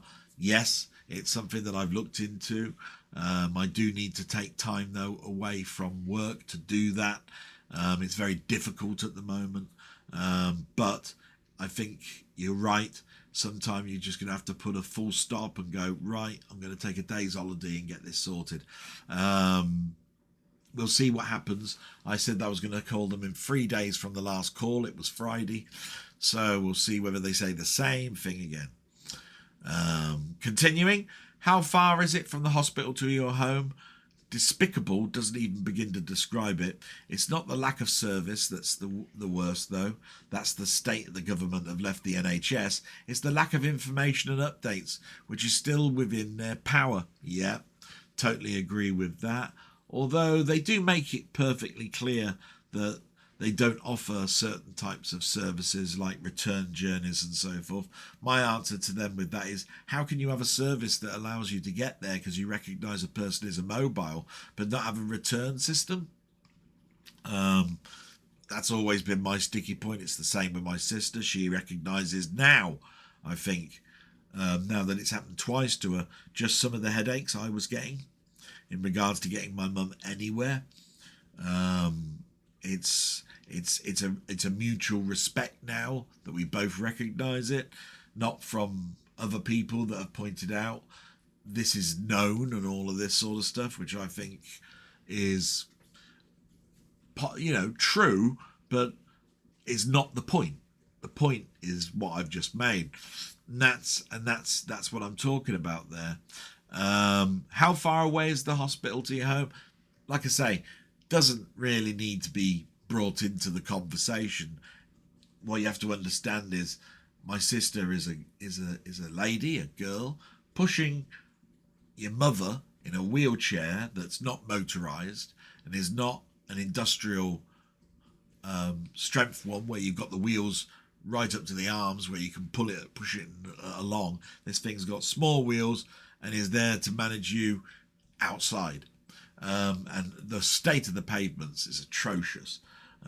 I would say it's about, from the ward that she was in to our home, I would say it's a good 3/4 to a mile. Now, some people might say that's a doddle, isn't it? I mean, you can do a mile in 10 minutes, right? Not the point. You're pushing a wheelchair with an elderly, immobile pensioner in it. That's the point. So, yeah. Sending my regards to your mum as always. Thank you. And I'll pass that on. Homo aqua isn't woke. It's basically Latin for water humanoid. No, it's not what I think I was getting at. And I wasn't getting at it anyway. It was in a comment made by Denny. It's why the need? They've been called sea devils. They've been called Silurians. They've been, it's just another thing on top of another thing on top of another thing, so that's how I look at that one. We're Homo sapient humanoid, and have been since species classification begun. Homo in this context is Latin for humanoid. I knew that. It's not something that I don't think anybody else doesn't recognize, but information, you should never be scared of it. So glad to read that out. I did an Amazon pre-order for the Commodore 64, and on the day of delivery it went out of stock. I bought a Pi 3 instead, and eventually got the 64 for Christmas a year later. Absolutely marvelous. It's one of those things where don't get het up on fear of missing out, FOMO. Things will always appear on eBay, in old stock that never got sold, all that sort of stuff. Admittedly, there are things that we get like that on, and it's easy to understand why. We want things that are nostalgic to us or desperate to us because they're important to us. Therefore, the heightenedness of there is that I'll miss out, won't have it, other people are enjoying it. It's the same with Christmas videos, where I said that there are people that are spending a Christmas in mire, misery, being alone, cold, whatever. All these people putting up videos, hey, look at my present, look at this, look at me opening this, look at the heat that I'm in, look at my Christmas tree, it's huge, blah, blah, blah, blah, blah. It's caused more suicides because of all of that. Social media is a double-edged sword. So, yeah, brilliant. Quatermass, the series on ITV, was the first programme after the long-running strike. The main place was the Ringstone Round, Huffety Puffety Ringstone Round. If you lose your hat, it will never be found. Yes, I do remember that because I played the tune on my Casio Melody 1 calculator. Yeah, I love that series. John Mills, what a character. It was a different tone to the original. I bought it on Blu-ray, by the way. I bought it as soon as it was announced on Amazon that the first 1,000 would get a slipcover with a different colour. I ordered it. I got my slipcover. So I don't know how many orders came through, but I was lucky. And I played it instantly and loved it. It's not Hobbs Lane and, Quatermass and the Pit, basically. I do believe those ones had the most intriguing of storylines compared to this one. I do think it was a bit dragged out. Was it 3 episodes long? Can't remember. They were an hour and a half. They were like mini movies. I think it made it like 4.5 hours long. But I'm always intrigued as well by our Stonehenge and our stones that we have planted about the countryside around England that are left. We've got one round here. It's where Doctor Who filmed the Stones of Blood, and it's literally within 20 miles of here.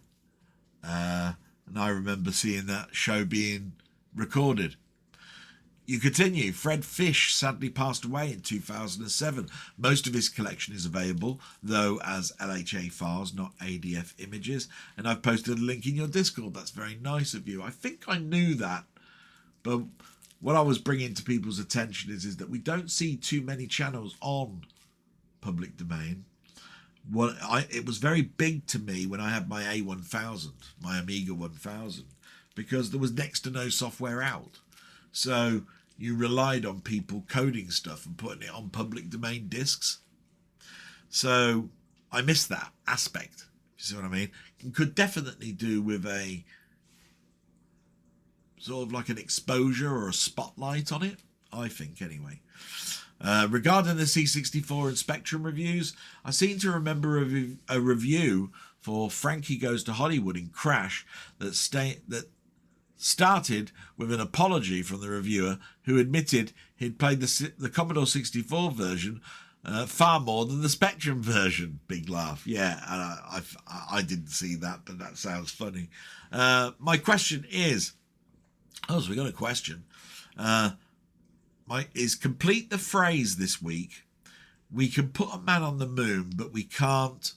Oh, yeah, this is a famous saying. You know, you can put a man on the moon, but you can't... blah, blah, blah, blah, right? And I think a politician came out with that. But let me see if I can think of some.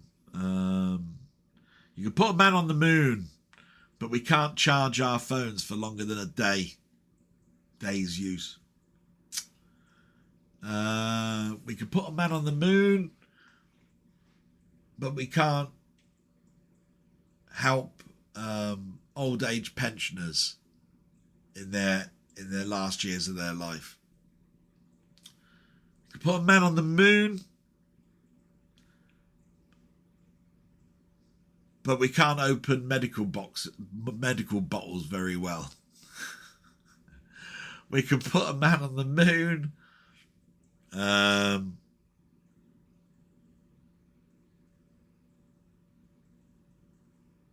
but we can't cure poverty. That's a hard one, though, that one. I mean, it's equally as hard, isn't it?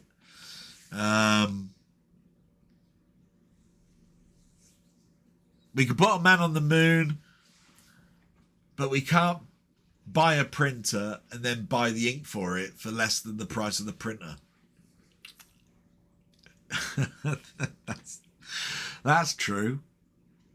To an extent. Budget ones.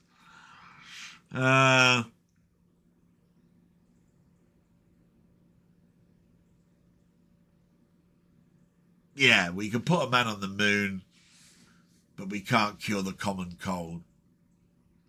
I reckon we have, you know, but they just don't let us.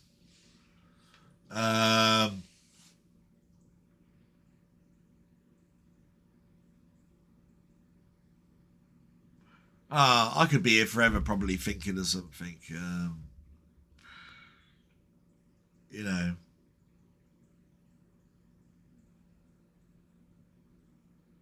Yeah, I'm going to leave it there.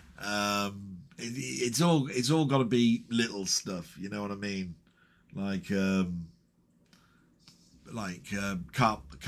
Can't make popcorn in any less than 10 minutes or something, or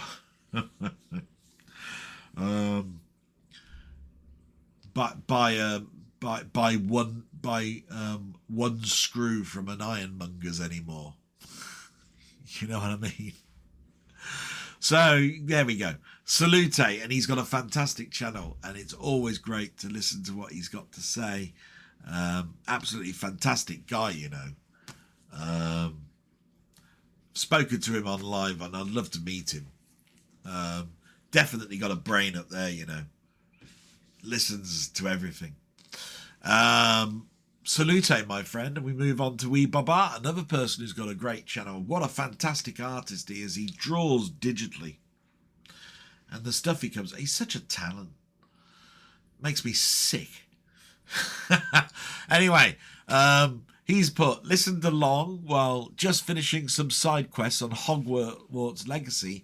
Getting a bit bored of it now, but it's a really great game once you get past the first few hours. The battle mechanic is really enjoyable. Like most games, once you know what you're doing, fights become repetitively easy to win. Relatively easy to win. Sorry to hear that you still haven't managed to get the DVLA stuff sorted out. My daughter will be trying to get her license back shortly following some health issues a few years back. I hope she doesn't have to go through a similar ordeal, and I'm sure she won't. So you're struggling with coming up with a good question, so here goes. Everyone's a good question. Love them all. I was watching Tomb Raider 2 earlier today, still to finish it. What is your favourite Angelina Jolie movie? For me, it might be Girl Interrupted with Winona Ryder. It had been a while since I've seen it, to be fair. Anyway, all the best wishes to you and your family. That's an interesting one. Bone Collector. We talked about that on it. That one comes to mind because we talked about that on Ian's stream just recently, and I remember Bone Collector being a pretty good film. I enjoyed that one. I don't know quite how big a part she had in that, but I do know she was in it. One that's usually panned, but I quite like, was Wanted. It's very much one of those types of films that you put your brain behind and just watch it, and it's fun. It's very much a narrative-driven film with some nice special effects type things, but totally over the top, and her character is a bit weird, to say the least, but I enjoyed it. What's it called? Maleficent? I bought that on 4K, not knowing what it was, watched it and thought, it's all right, you know, as a fable, a Disney fable at that, you know, a bit like Snow White, you know. Thought it was all right, yeah. Not too bad, got some enjoyment out of it. And one that I watched because it was to do with the new filming mechanic that was being used at the time was Sky Captain and the World of Tomorrow. Sky Captain and the World of Tomorrow, that's it. Yeah, it's done in black and white type thing with a sort of a comic book thick overline over all the characters. And I remember seeing the Hindenburg and all of that in that film and thinking it was great. I really liked it. Again, she's an anti-hero type thing in it. I must admit, I've got it on DVD and I don't think I've updated it, you know, to Blu-ray or 4K. Weird that. Don't also remember seeing any anniversary editions of it. Maybe I'm wrong. Maybe there are. Don't know. Have to have a look. But fantastic question. Thank you so much. Just going to have a glass of water. Well, a bottle of it.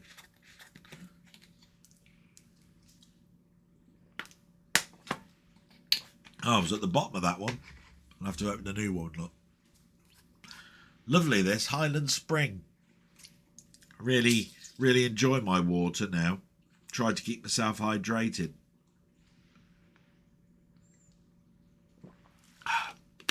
Nice. So we'll move to the next one. Salute to Vblog. Please go and subscribe to his channel. Fantastic artist. You'll learn so much. I'm just going to check and see if Carl Todd's got something in 2 bits, because some of them have been just recently. No, there's not.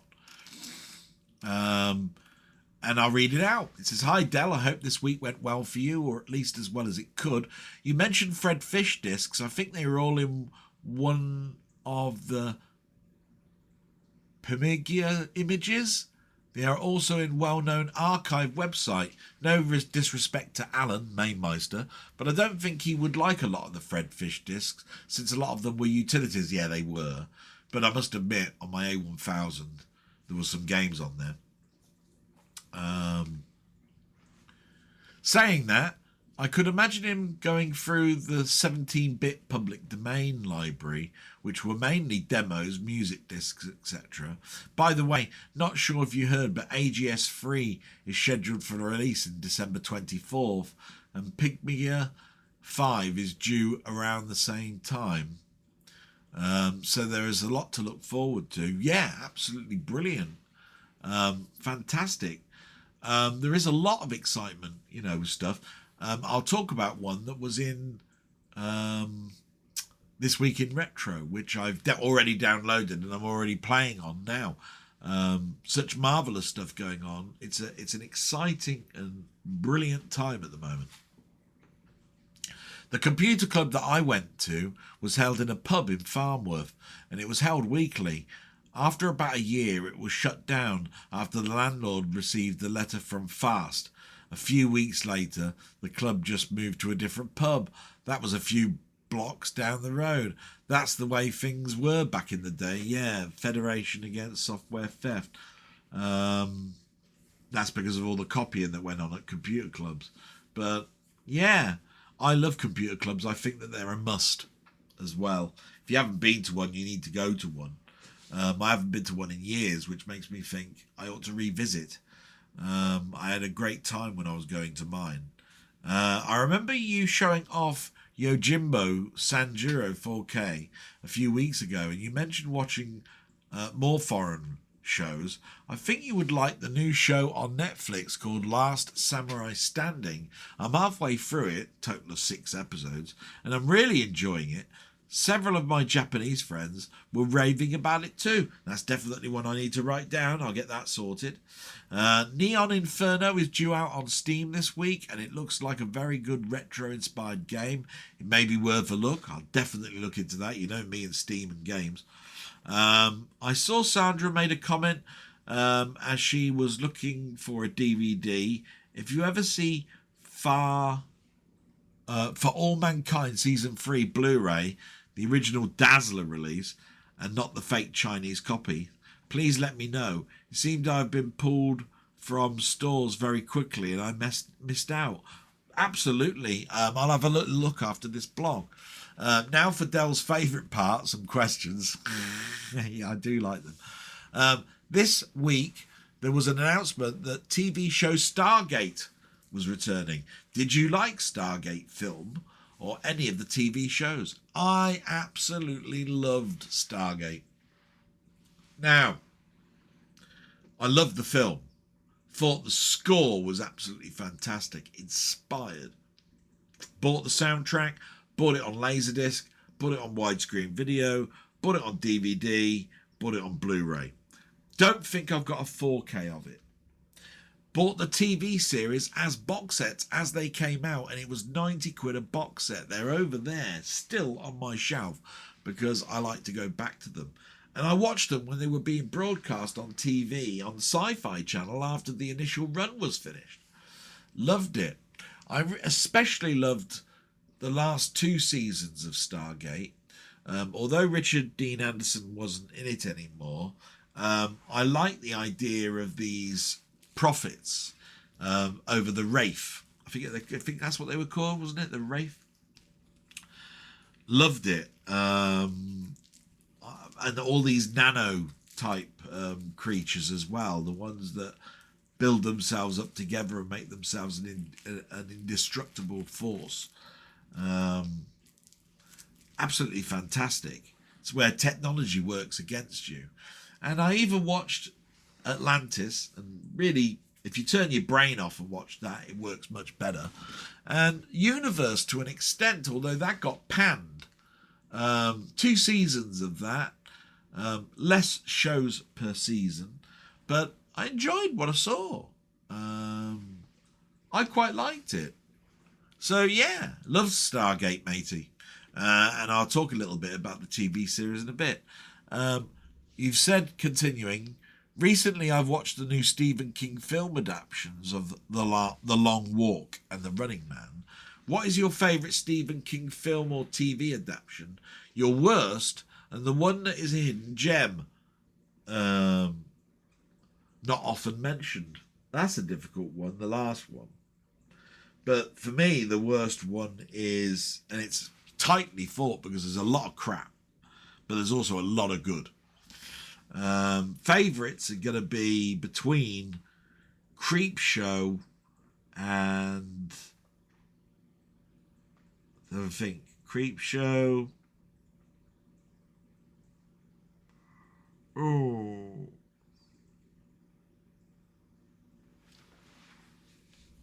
Salem's Lot. Yeah. The original Salem's Lot with David Soul is got to be considered some of the best you'll ever see. Worst? God.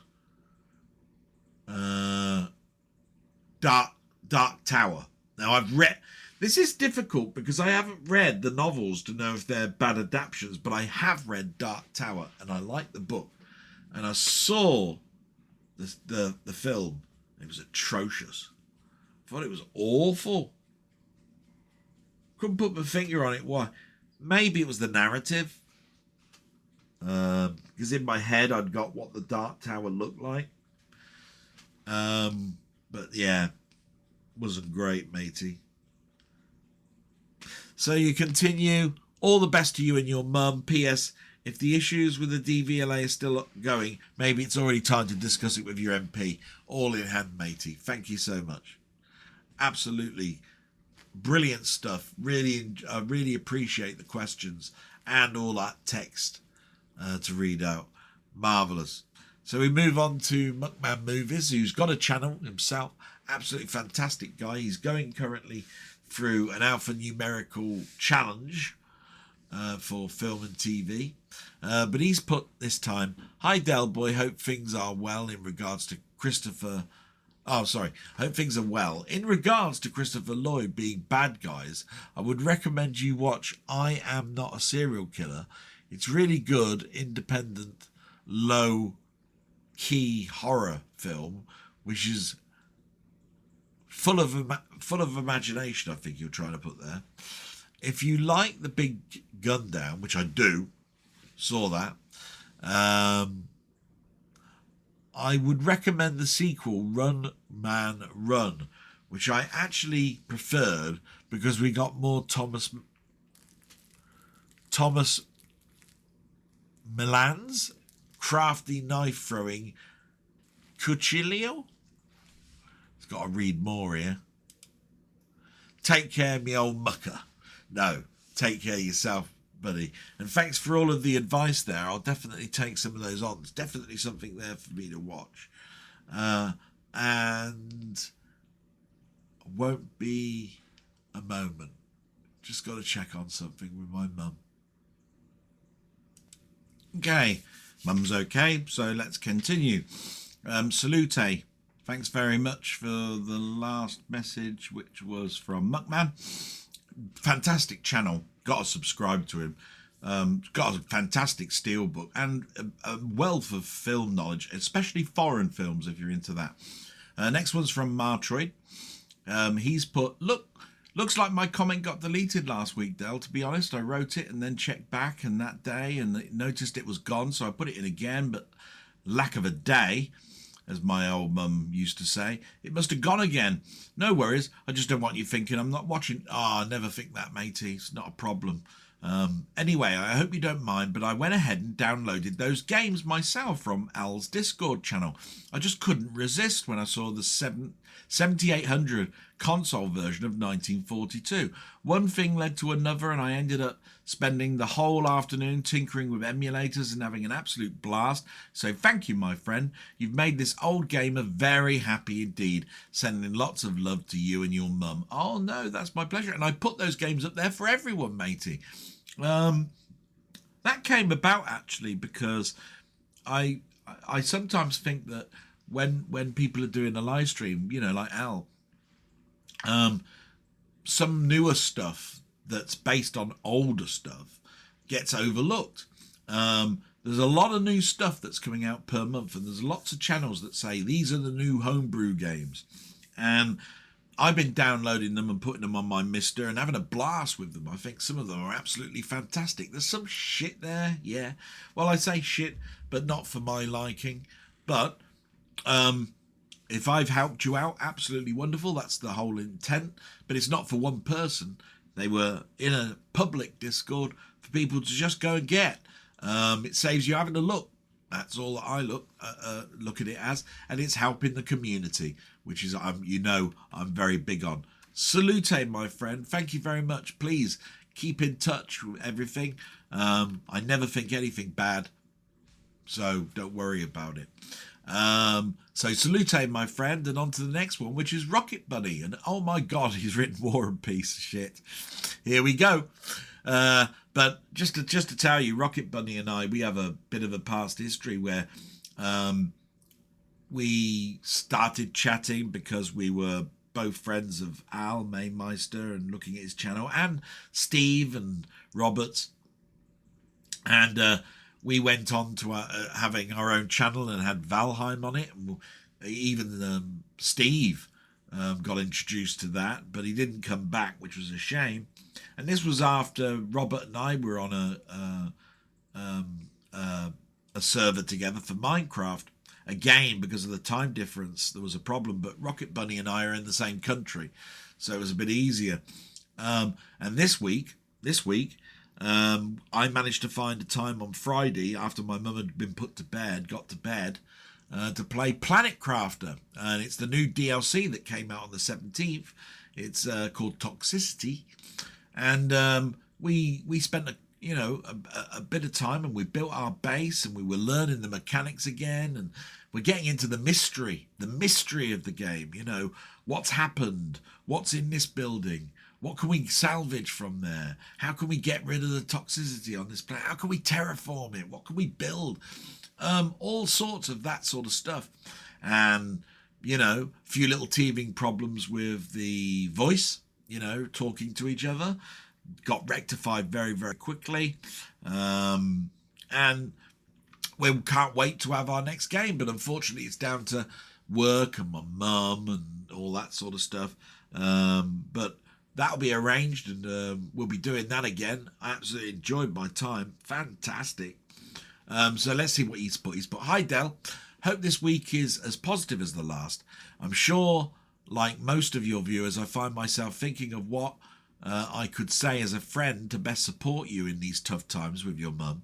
All I can do is offer to be here supporting your channel and distract you for a couple of hours a week if we can manage to give Planet Crafter a go, which we did.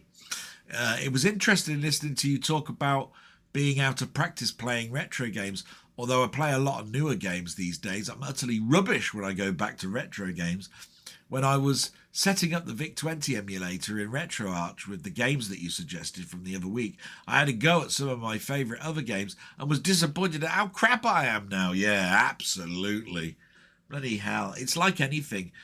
20, 30, 40, 50,000 games, of which we've probably accidentally played an awful lot of them and forgotten.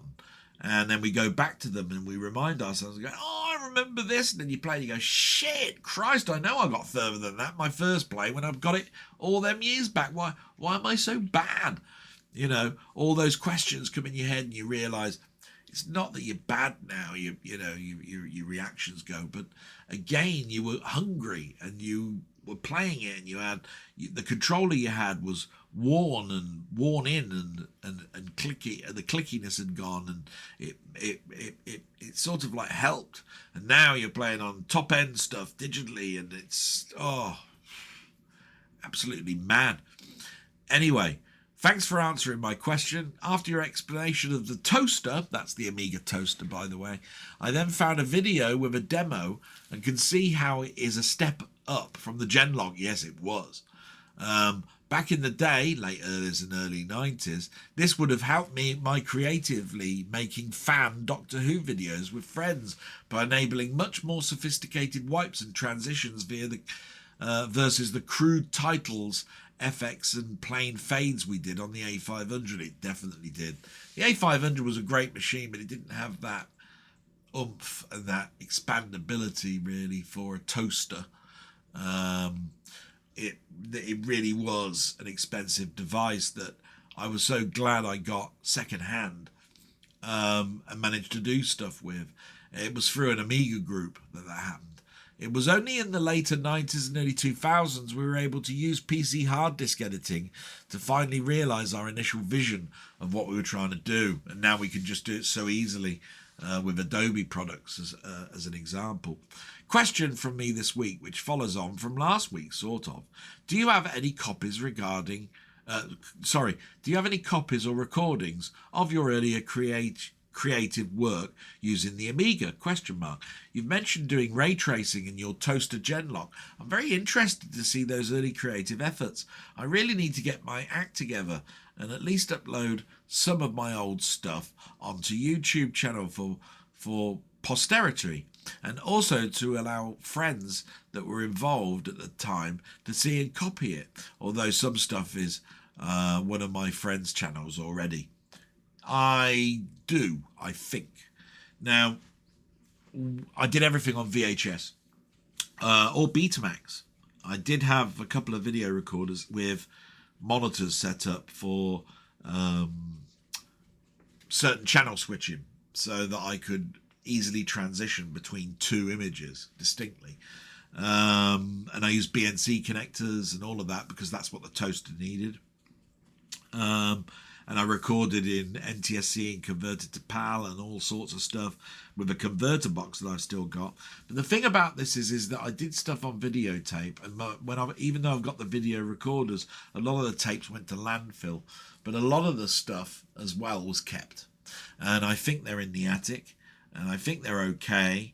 I know that I've got a lot to do in regards to conversion and putting on my own channel, because I was in things like the Star Trek adventure when I went to Hollywood.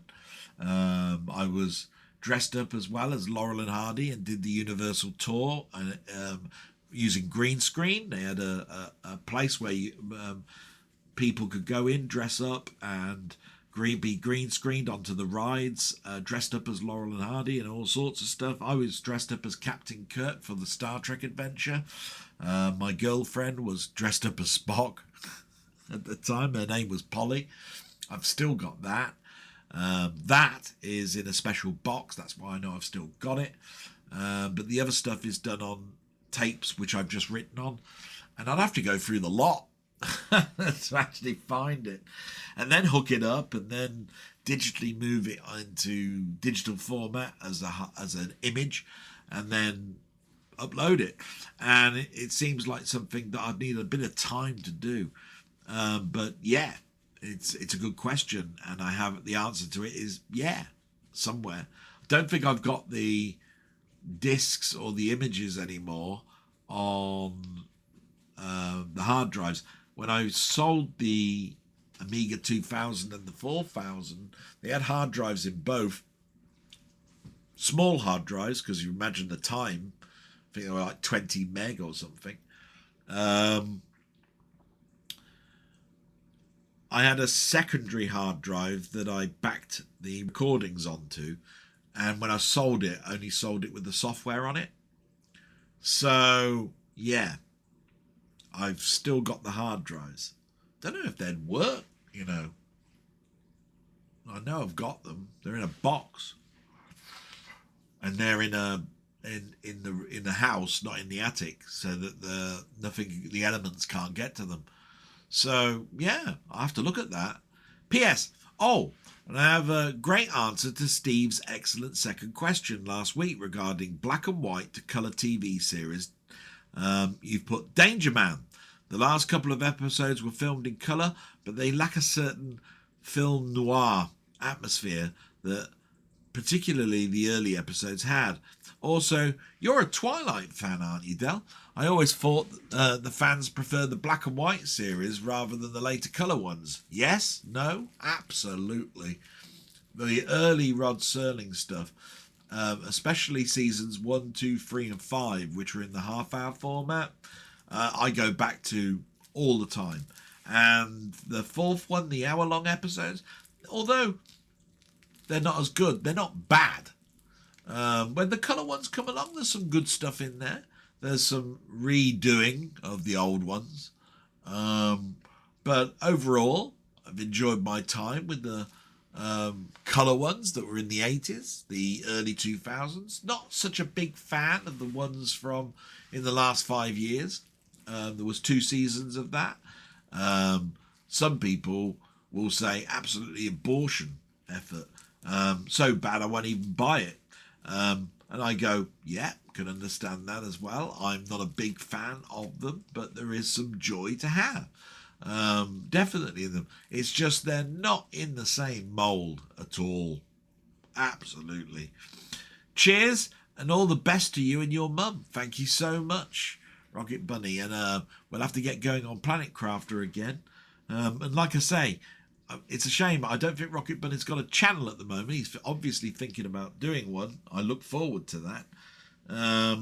Such a nice guy. Follows me around now on Ian's channel. He's learning some stuff about Doctor Who and stuff that he might quite not know. We're playing games together, and he's a big fan over here. Thank you so much for all of your support. So nice to have even more areas of access to people that I've lost track of over the years.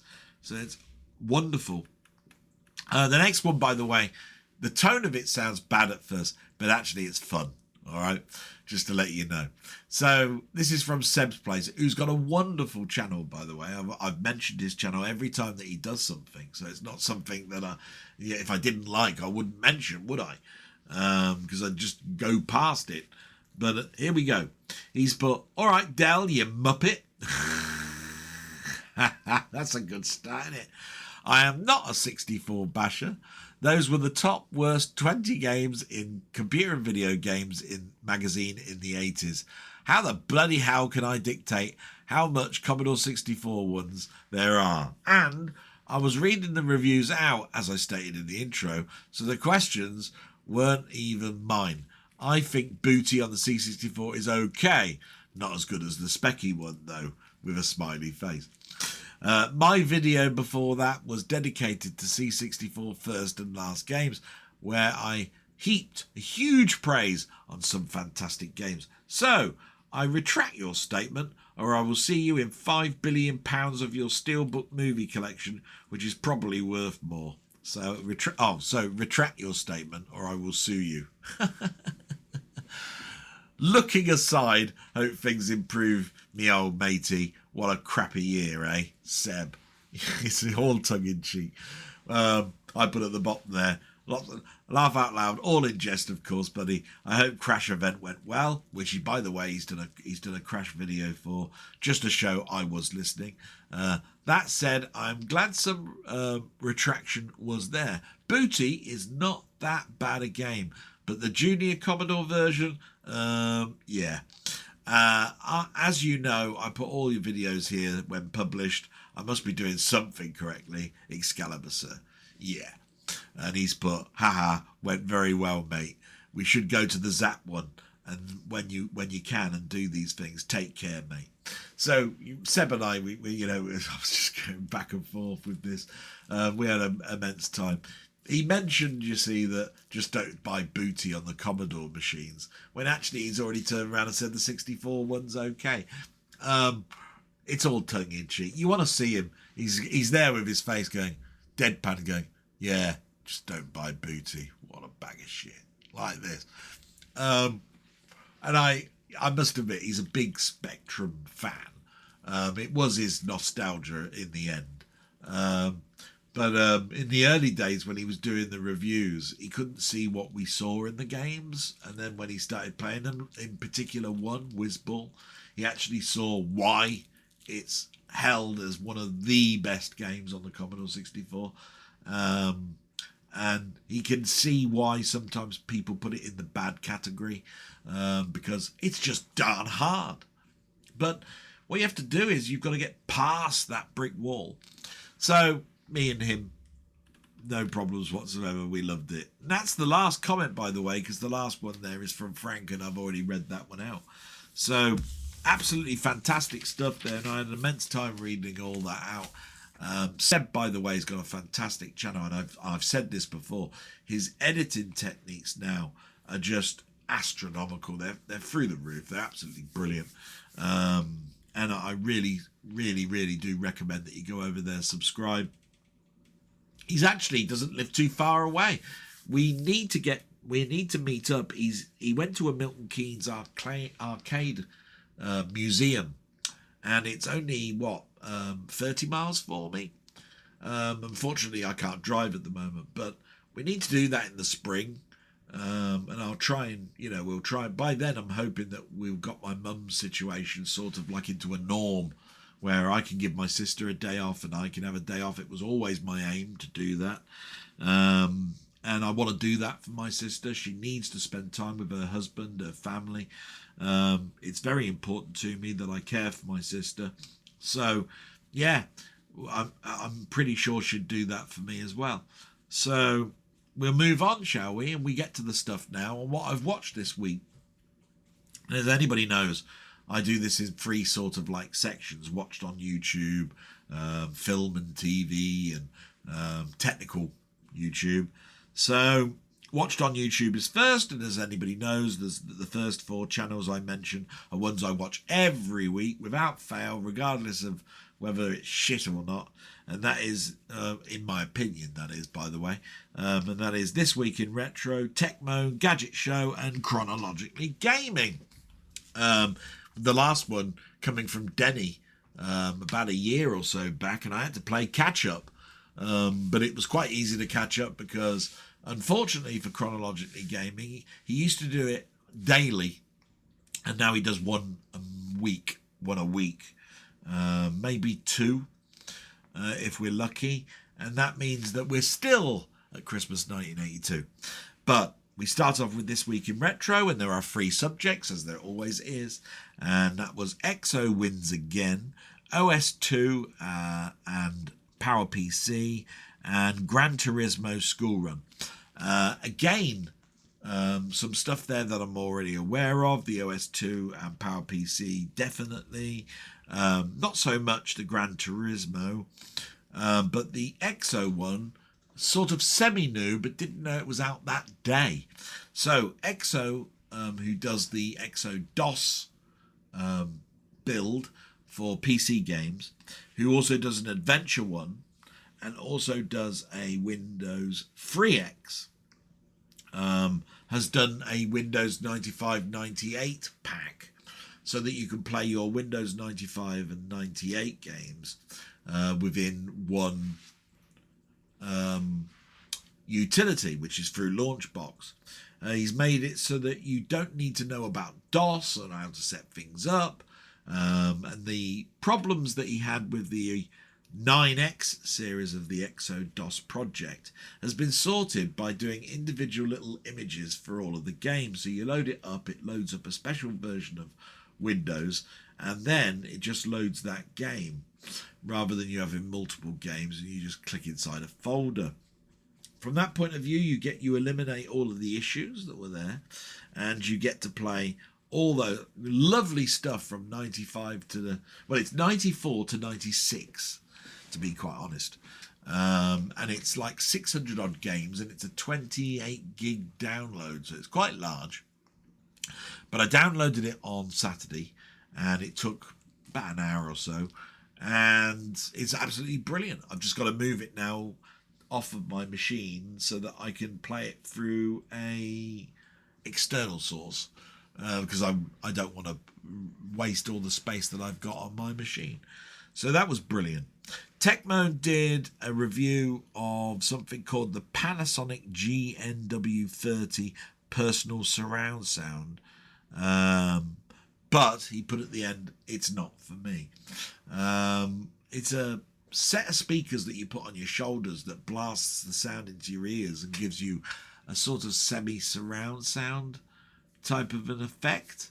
He said that it works to an extent, but not on his system, which means he has to score it lower, but recognises that not everybody has got the same setup as him, so it's probably all right. I was very interested in it because I like all of that sort of technology. So salute to Techmo, and we moved to the Gadget Show, which I've sort of like discovered in the last couple of months. I don't really like the Gadget Show, the newer one, so I'm glad that there's a podcast and we're getting to see some great stuff on there. That's brilliant. And we've got Chronologically Gaming, which, as I said, he's doing one per day, maybe two a week, but he's still in December 1982. He's still got a way to go, but it's still absolutely brilliant. So those are the four, and I'll again be back in a moment. Just need to check on something. Do apologise. I've just thought of it, you see. Thanks very much. Yeah, apologies for that, but I forgot I haven't took my tablets this morning, and it's now gone past into the afternoon. So I needed to make sure I took those, otherwise it's going to be terrible for me in the evening. So those were the four that I always watch of my watched on YouTube.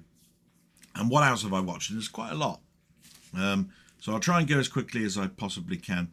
There's a channel called Astro Backyard. Now, if anybody knows me, knows that I've wanted to buy one of those digital telescope that takes pictures of the night sky. And there's one that's just going to be released in the next month called the Dwarf Mini Telescope. It's called Mini Smart Telescope, right? And there's a guy who's had it for the last month practicing with it, and it's in the same price range as some of the others that I've talked about in the past. It's about $400, and I wanted to know what he thought of it, because this thing is no bigger than one of those little portable gyro plane, helicopter type devices, and weighs about 2 pounds, so it can fit in your pocket, and yet it's as powerful as the larger ones. Now, he showed off what he did the tech specs for it, the sensor, the aperture size, all of that. Then showed off his capturings. And because of the advanced software in it, it does what the large ones can do. It does the stacked photos with like 90-second exposures, which you could do and still not get trails or ghostiness and all of that sort of stuff. But because of its small size, it's only a 30 millimeter lens.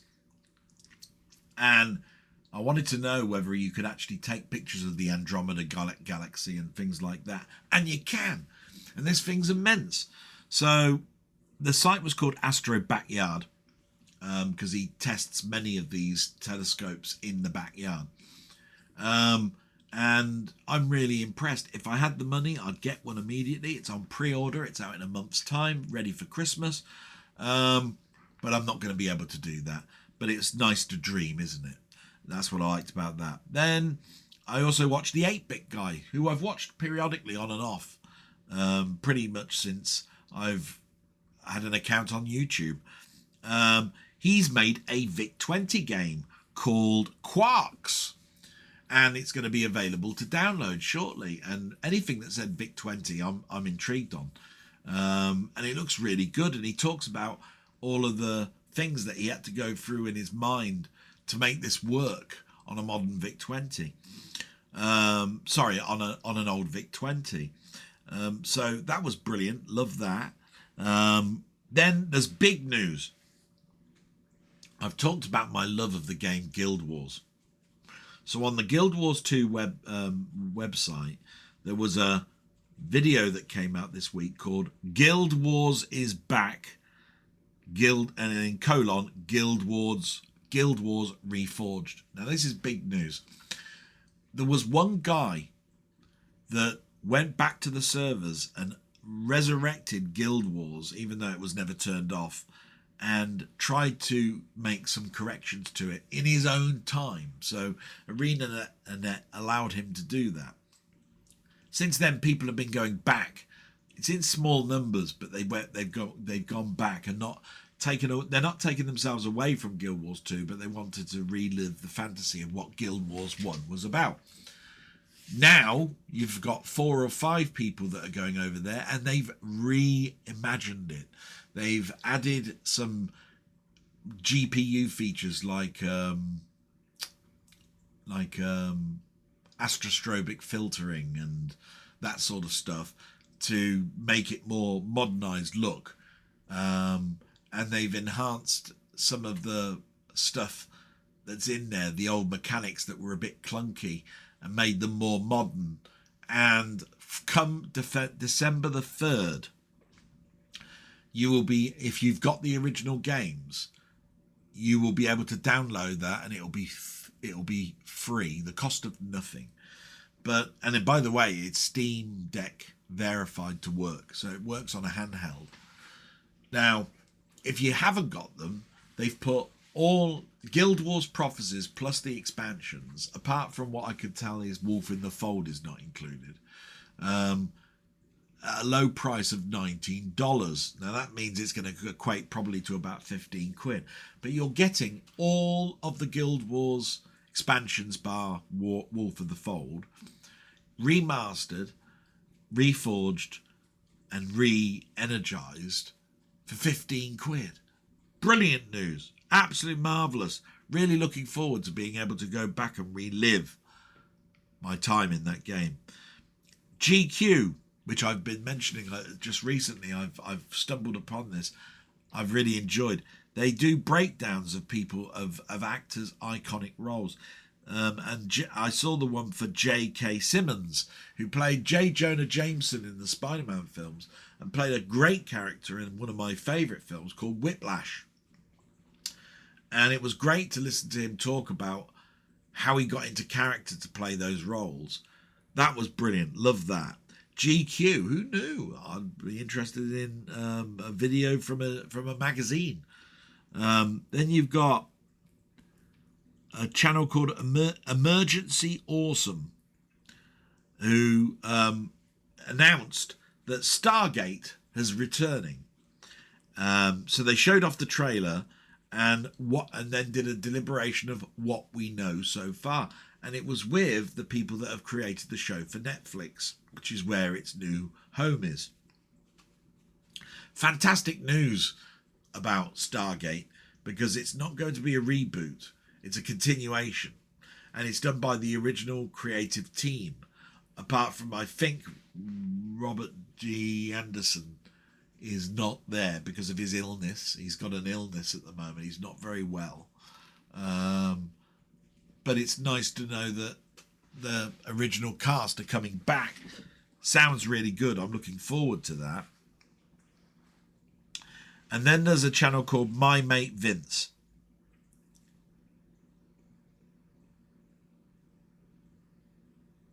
That's right. My Mate Vince, who I watch because he does some fixing stuff. But I wanted to know a little bit about the May Flash problem with my joystick. And he did a video called Changing the Gate on a May Flash controller. And it just reaffirmed how easy it is to do. But there are also the reasons on why you want to do it. And how difficult it might be for you to change other things like the buttons and so forth. And how to do a firmware upgrade. So, I am going to change the gate, but I'm also going to do a firmware upgrade. To see whether that might also help with some of the problems that I had last Friday. I still put it down to me being just crap. But there we go. And that's the end of that one. Then you've got the film, TV and soundtrack on YouTube. For which we've got Ian Hill, The Ramblings, who's a great supporter of my channel. And I'm a great supporter of him. This is the sort of thing that he's brought out this week. He's put his top 5 historic films between 1934 and 1940. It's probably up to 41 by now, but I'm not sure. Doctor Who review of Survival. X-Files review of Season 5, Episode 6, with Episode 7 coming out, I think, tomorrow. And Live with me on a Wednesday. What more can you ask for? My God, we're spoiling you. Absolutely marvellous. Looking forward to all of that. Then we've got Mondo Chelovic Movies. Oh, by the way, salute Ian. Thank you for looking after me and being a great friend. That's brilliant. Mondo Chelovic Movies did a review for Pearl. It's a horror film that's been out for a while, but he's bought this collector's steelbook edition, I believe. I'll have to check into that, but it is a collector's edition. And it's an interesting watch, definitely. Through the Lens, my friend Josh. Yes, he's a bit like a Barry Norman of YouTube. He did a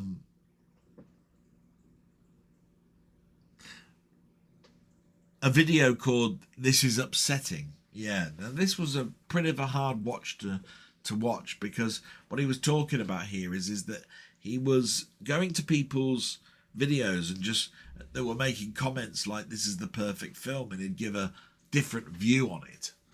And the TikTok banned his account for 3 days. Couldn't do anything about it. 3 days. That's a long time for a creator to actually get that back, especially if you're using them as an advertising board for you to come to YouTube. So yeah, that was a shame. Just going to take a drink of water. Then you got Did You See That? Salute, my friend, Through the Lens. If you haven't subscribed to him, go and have a look. Did You See That? Did a film review of 100 meters. Another review of Christmas Karma. Absolutely marvellous videos. I like those. He did some other videos, but they're not quite within the category of what I like to watch. But when it comes to the film stuff, absolutely flawless. Lovely. Muckman-Movies is carrying on doing his videos on astronomical November challenge. He's gone from L to R. I think there's another one today, so it might well be that it goes to S, so L to S, but I'll comment on that next week. But it's definitely worth your look.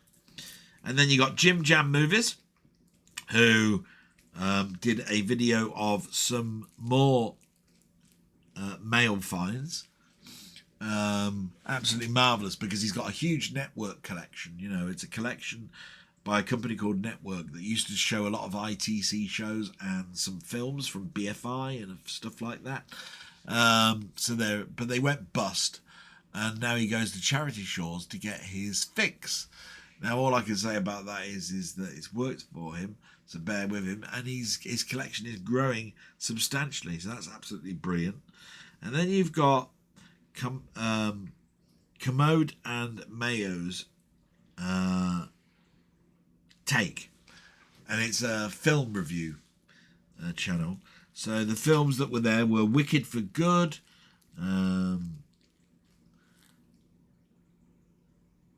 Sisu and Road to Reverse, The Carpenter's Son, and Box Office Top 10. So that's a lot there. You got Wicked for Good, Sisu, Road to... Can't read my writing, you know. Road to Presents, yeah. The Carpenter's Son and Box Office Top 10. Absolutely marvellous. And we move on to the last bit now, which is Game and Tech YouTube. The first one on the list, as always, is Down the Rabbit Hole. Good friend of mine. He did a couple of videos this week. My Star Frontier ship in the game No Man's Sky. So he's built this big, massive ship, right, which has got lots of compartments and bits in it. But it looks like it looks like the G-Force ship from Battle of the Planets. But he wanted to show off his Star Frontier ship, which he's done in the style in No Man's Land of the Dungeons and Dragons game, which was Star Frontiers. That was marvellous.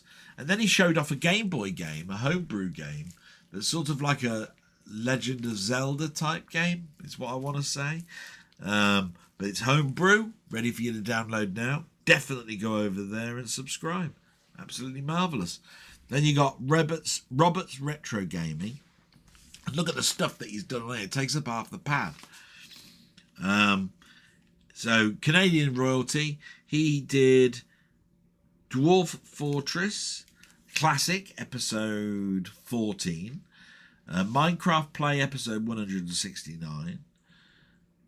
C64 gameplay of Balderdash. Solo SNES play for called Tasmania. And the last one is the Phase 8-bit play. Now, what that is that Phase 4 is a sort of a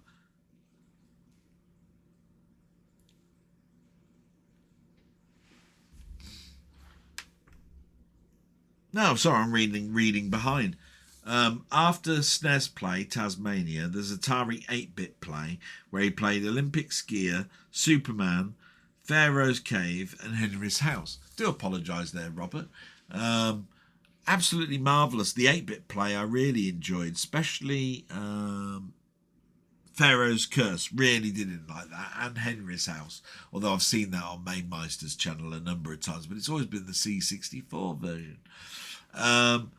Absolutely brilliant channel. Please go over there and subscribe. Absolutely marvellous. Steve's Gaming didn't do anything this week, which is a shame because I like to shout out his stuff. But please go over there and support him. I'm sure there's some stuff there right now.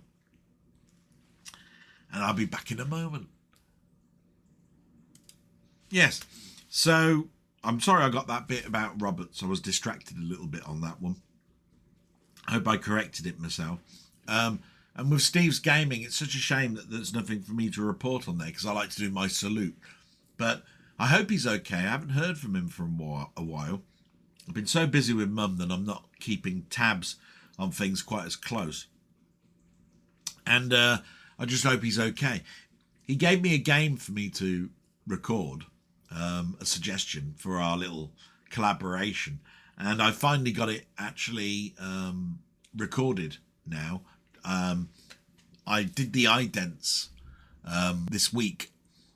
So I'll be getting that out very, very shortly. So apologies for the delay on that, but I'm hoping he enjoys it. Lots of deaths in it. So I'm sure that's going to bring great joy to him. We move on to Colin Jones, aka Ponder, who did a video called Mainmeister High School Kerfuffle Rainbow Islands Extra. So that was definitely worth a watch. I like that. Rainbow Islands, yeah, there's a lot of videos in that out there, but this is the extra version. It's quite good. Really enjoyed my time watching that. He was on there for about an hour, I think. So that was really quite good. 20th Century Gaming did, he's done 3 things actually. He did a C64 live stream, 1985 games. That wasn't the Saturday just gone, that was the Saturday before. He did a Green Beret live broadcast on Twitch, which he uploaded to YouTube on Friday, and then did another live stream on Saturday, which was about Houston games. So he played Gribbler's Day Out, Stormlord, and a number of others. Absolutely fantastic. You got Seb's Place, who did a weekend ZX Spectrum at Crash Live 2025. And it's the only Crash event, it's the only event I've seen on YouTube in regards to the event, even though there are a lot of them out there. His was easily the best. Enjoyed that, no end. And then with Mainmeister, he did 10 fave games on the Spectrum. He did a live stream last Sunday, and I dare say he'll combine his blog and his video games later on today, because he usually does a Sunday live stream. And that's everything in regards to the blog that's written down. It's only now time for me to show you the stuff that's come through the post this week. So I'll switch camera to overhead cam. There we go. I'll just show you some of these CDs. Now, these CDs were all under £2, so some of them are £1.50 or lower. The first one is Red October, which is Basil Polidarius. I'm not that huge a fan of his, but I do recognise fantastic quality, and I really did enjoy my time listening to this one. Absolutely fantastic. It's just an MCA disc. Brilliant. You got Out of Africa by John Barry. Love John Barry's work. I've been listening to John Barry an awful lot. Lovely score. Reminds me a bit of Born Free, to be quite honest. You got Dancing with Wolves, again, another sort of like exploratory type game. That was marvellous. Exploratory type film. So that was marvellous. And the score by John Barry is just exceptional. I always thought that when I saw that at the pictures. Anyway, we've got a steelbook of the film Nobody 2. I still got Nobody 1 to watch. It is out now on the streaming platforms. I'll just put the back up so you can sort of freeze frame it and look at it, but I really enjoyed my time with it. It's pretty good. You've got another copy of Blade Runner 2045. It's got a 4K in here. Blade Runner is always one of my favourite videos to watch. These came in special boxes from Warner, this one. It is Jack Nicholson's One Flew Over the Cuckoo's Nest, which is an absolutely fantastic film. If you've never seen that film, what are you doing here? Go and look at it now. There's the back of the box. It goes into an asylum academy. Thinks of himself as crazy when he's not actually, and he gets the others to help themselves a little bit. So that's a nice heart-warming story. The next one is Toxic Avenger Uncut. I remember seeing this in a watch-along, and I thought for the price, because it wasn't very expensive, it was like £8. It was really good. A fantastic film, and I think anybody that sees it can't not be moved, is Judgment at Nuremberg.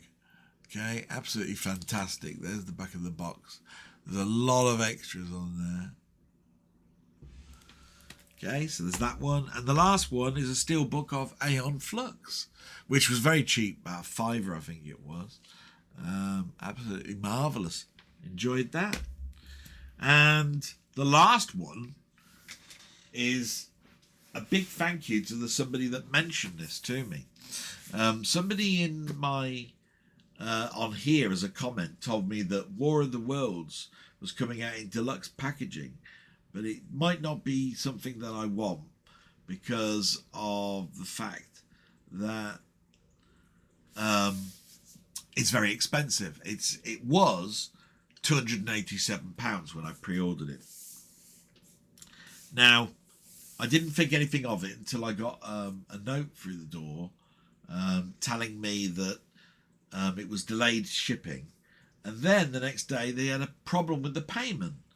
Now I had to remove my card and open my card to get this product, and when I did, it arrived damaged. So I'm going to show you what it is. It's this. It's huge, right? War of the Worlds, but it's got a gouge. See that gouge? And I didn't want that gouge, so I called up Amazon. See if I put it into the window. There you are. So I called up Amazon and said that I wanted another version, but they only gave me a refund option. Now the problem with a refund option is one of two things, right? One, you don't know whether a limited edition of this particular product is going to be still available to buy, because it has got a certificate of authenticity in there.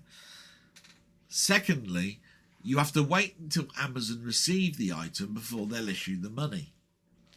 So I had to pound home to them that I am, as the consumer, protected, and that I should be able to request another War of the Worlds. After battling it out with the customer guy a little bit, he put me through to his manager. His manager was much more accommodating. What he said was, sorry to hear about all your problems. I'll do a one-time exception. You can keep the item, and I'll also refund you the money. So you're getting the money back, and the item doesn't need to be returned back to Amazon. You can have it for nothing. So I got this huge behemoth War of the Worlds for the price of 0. And that was the good luck story of the week. And we'll go to media playback and you can actually see what you get. So you'll see there's 2 versions, one on here for £250 and mine was more than that and is now £297. And then there's this one which has got the albums in it. So the only difference between them, they've got the same CDs, all that sort of stuff, but this has got 2 records. Records, they're on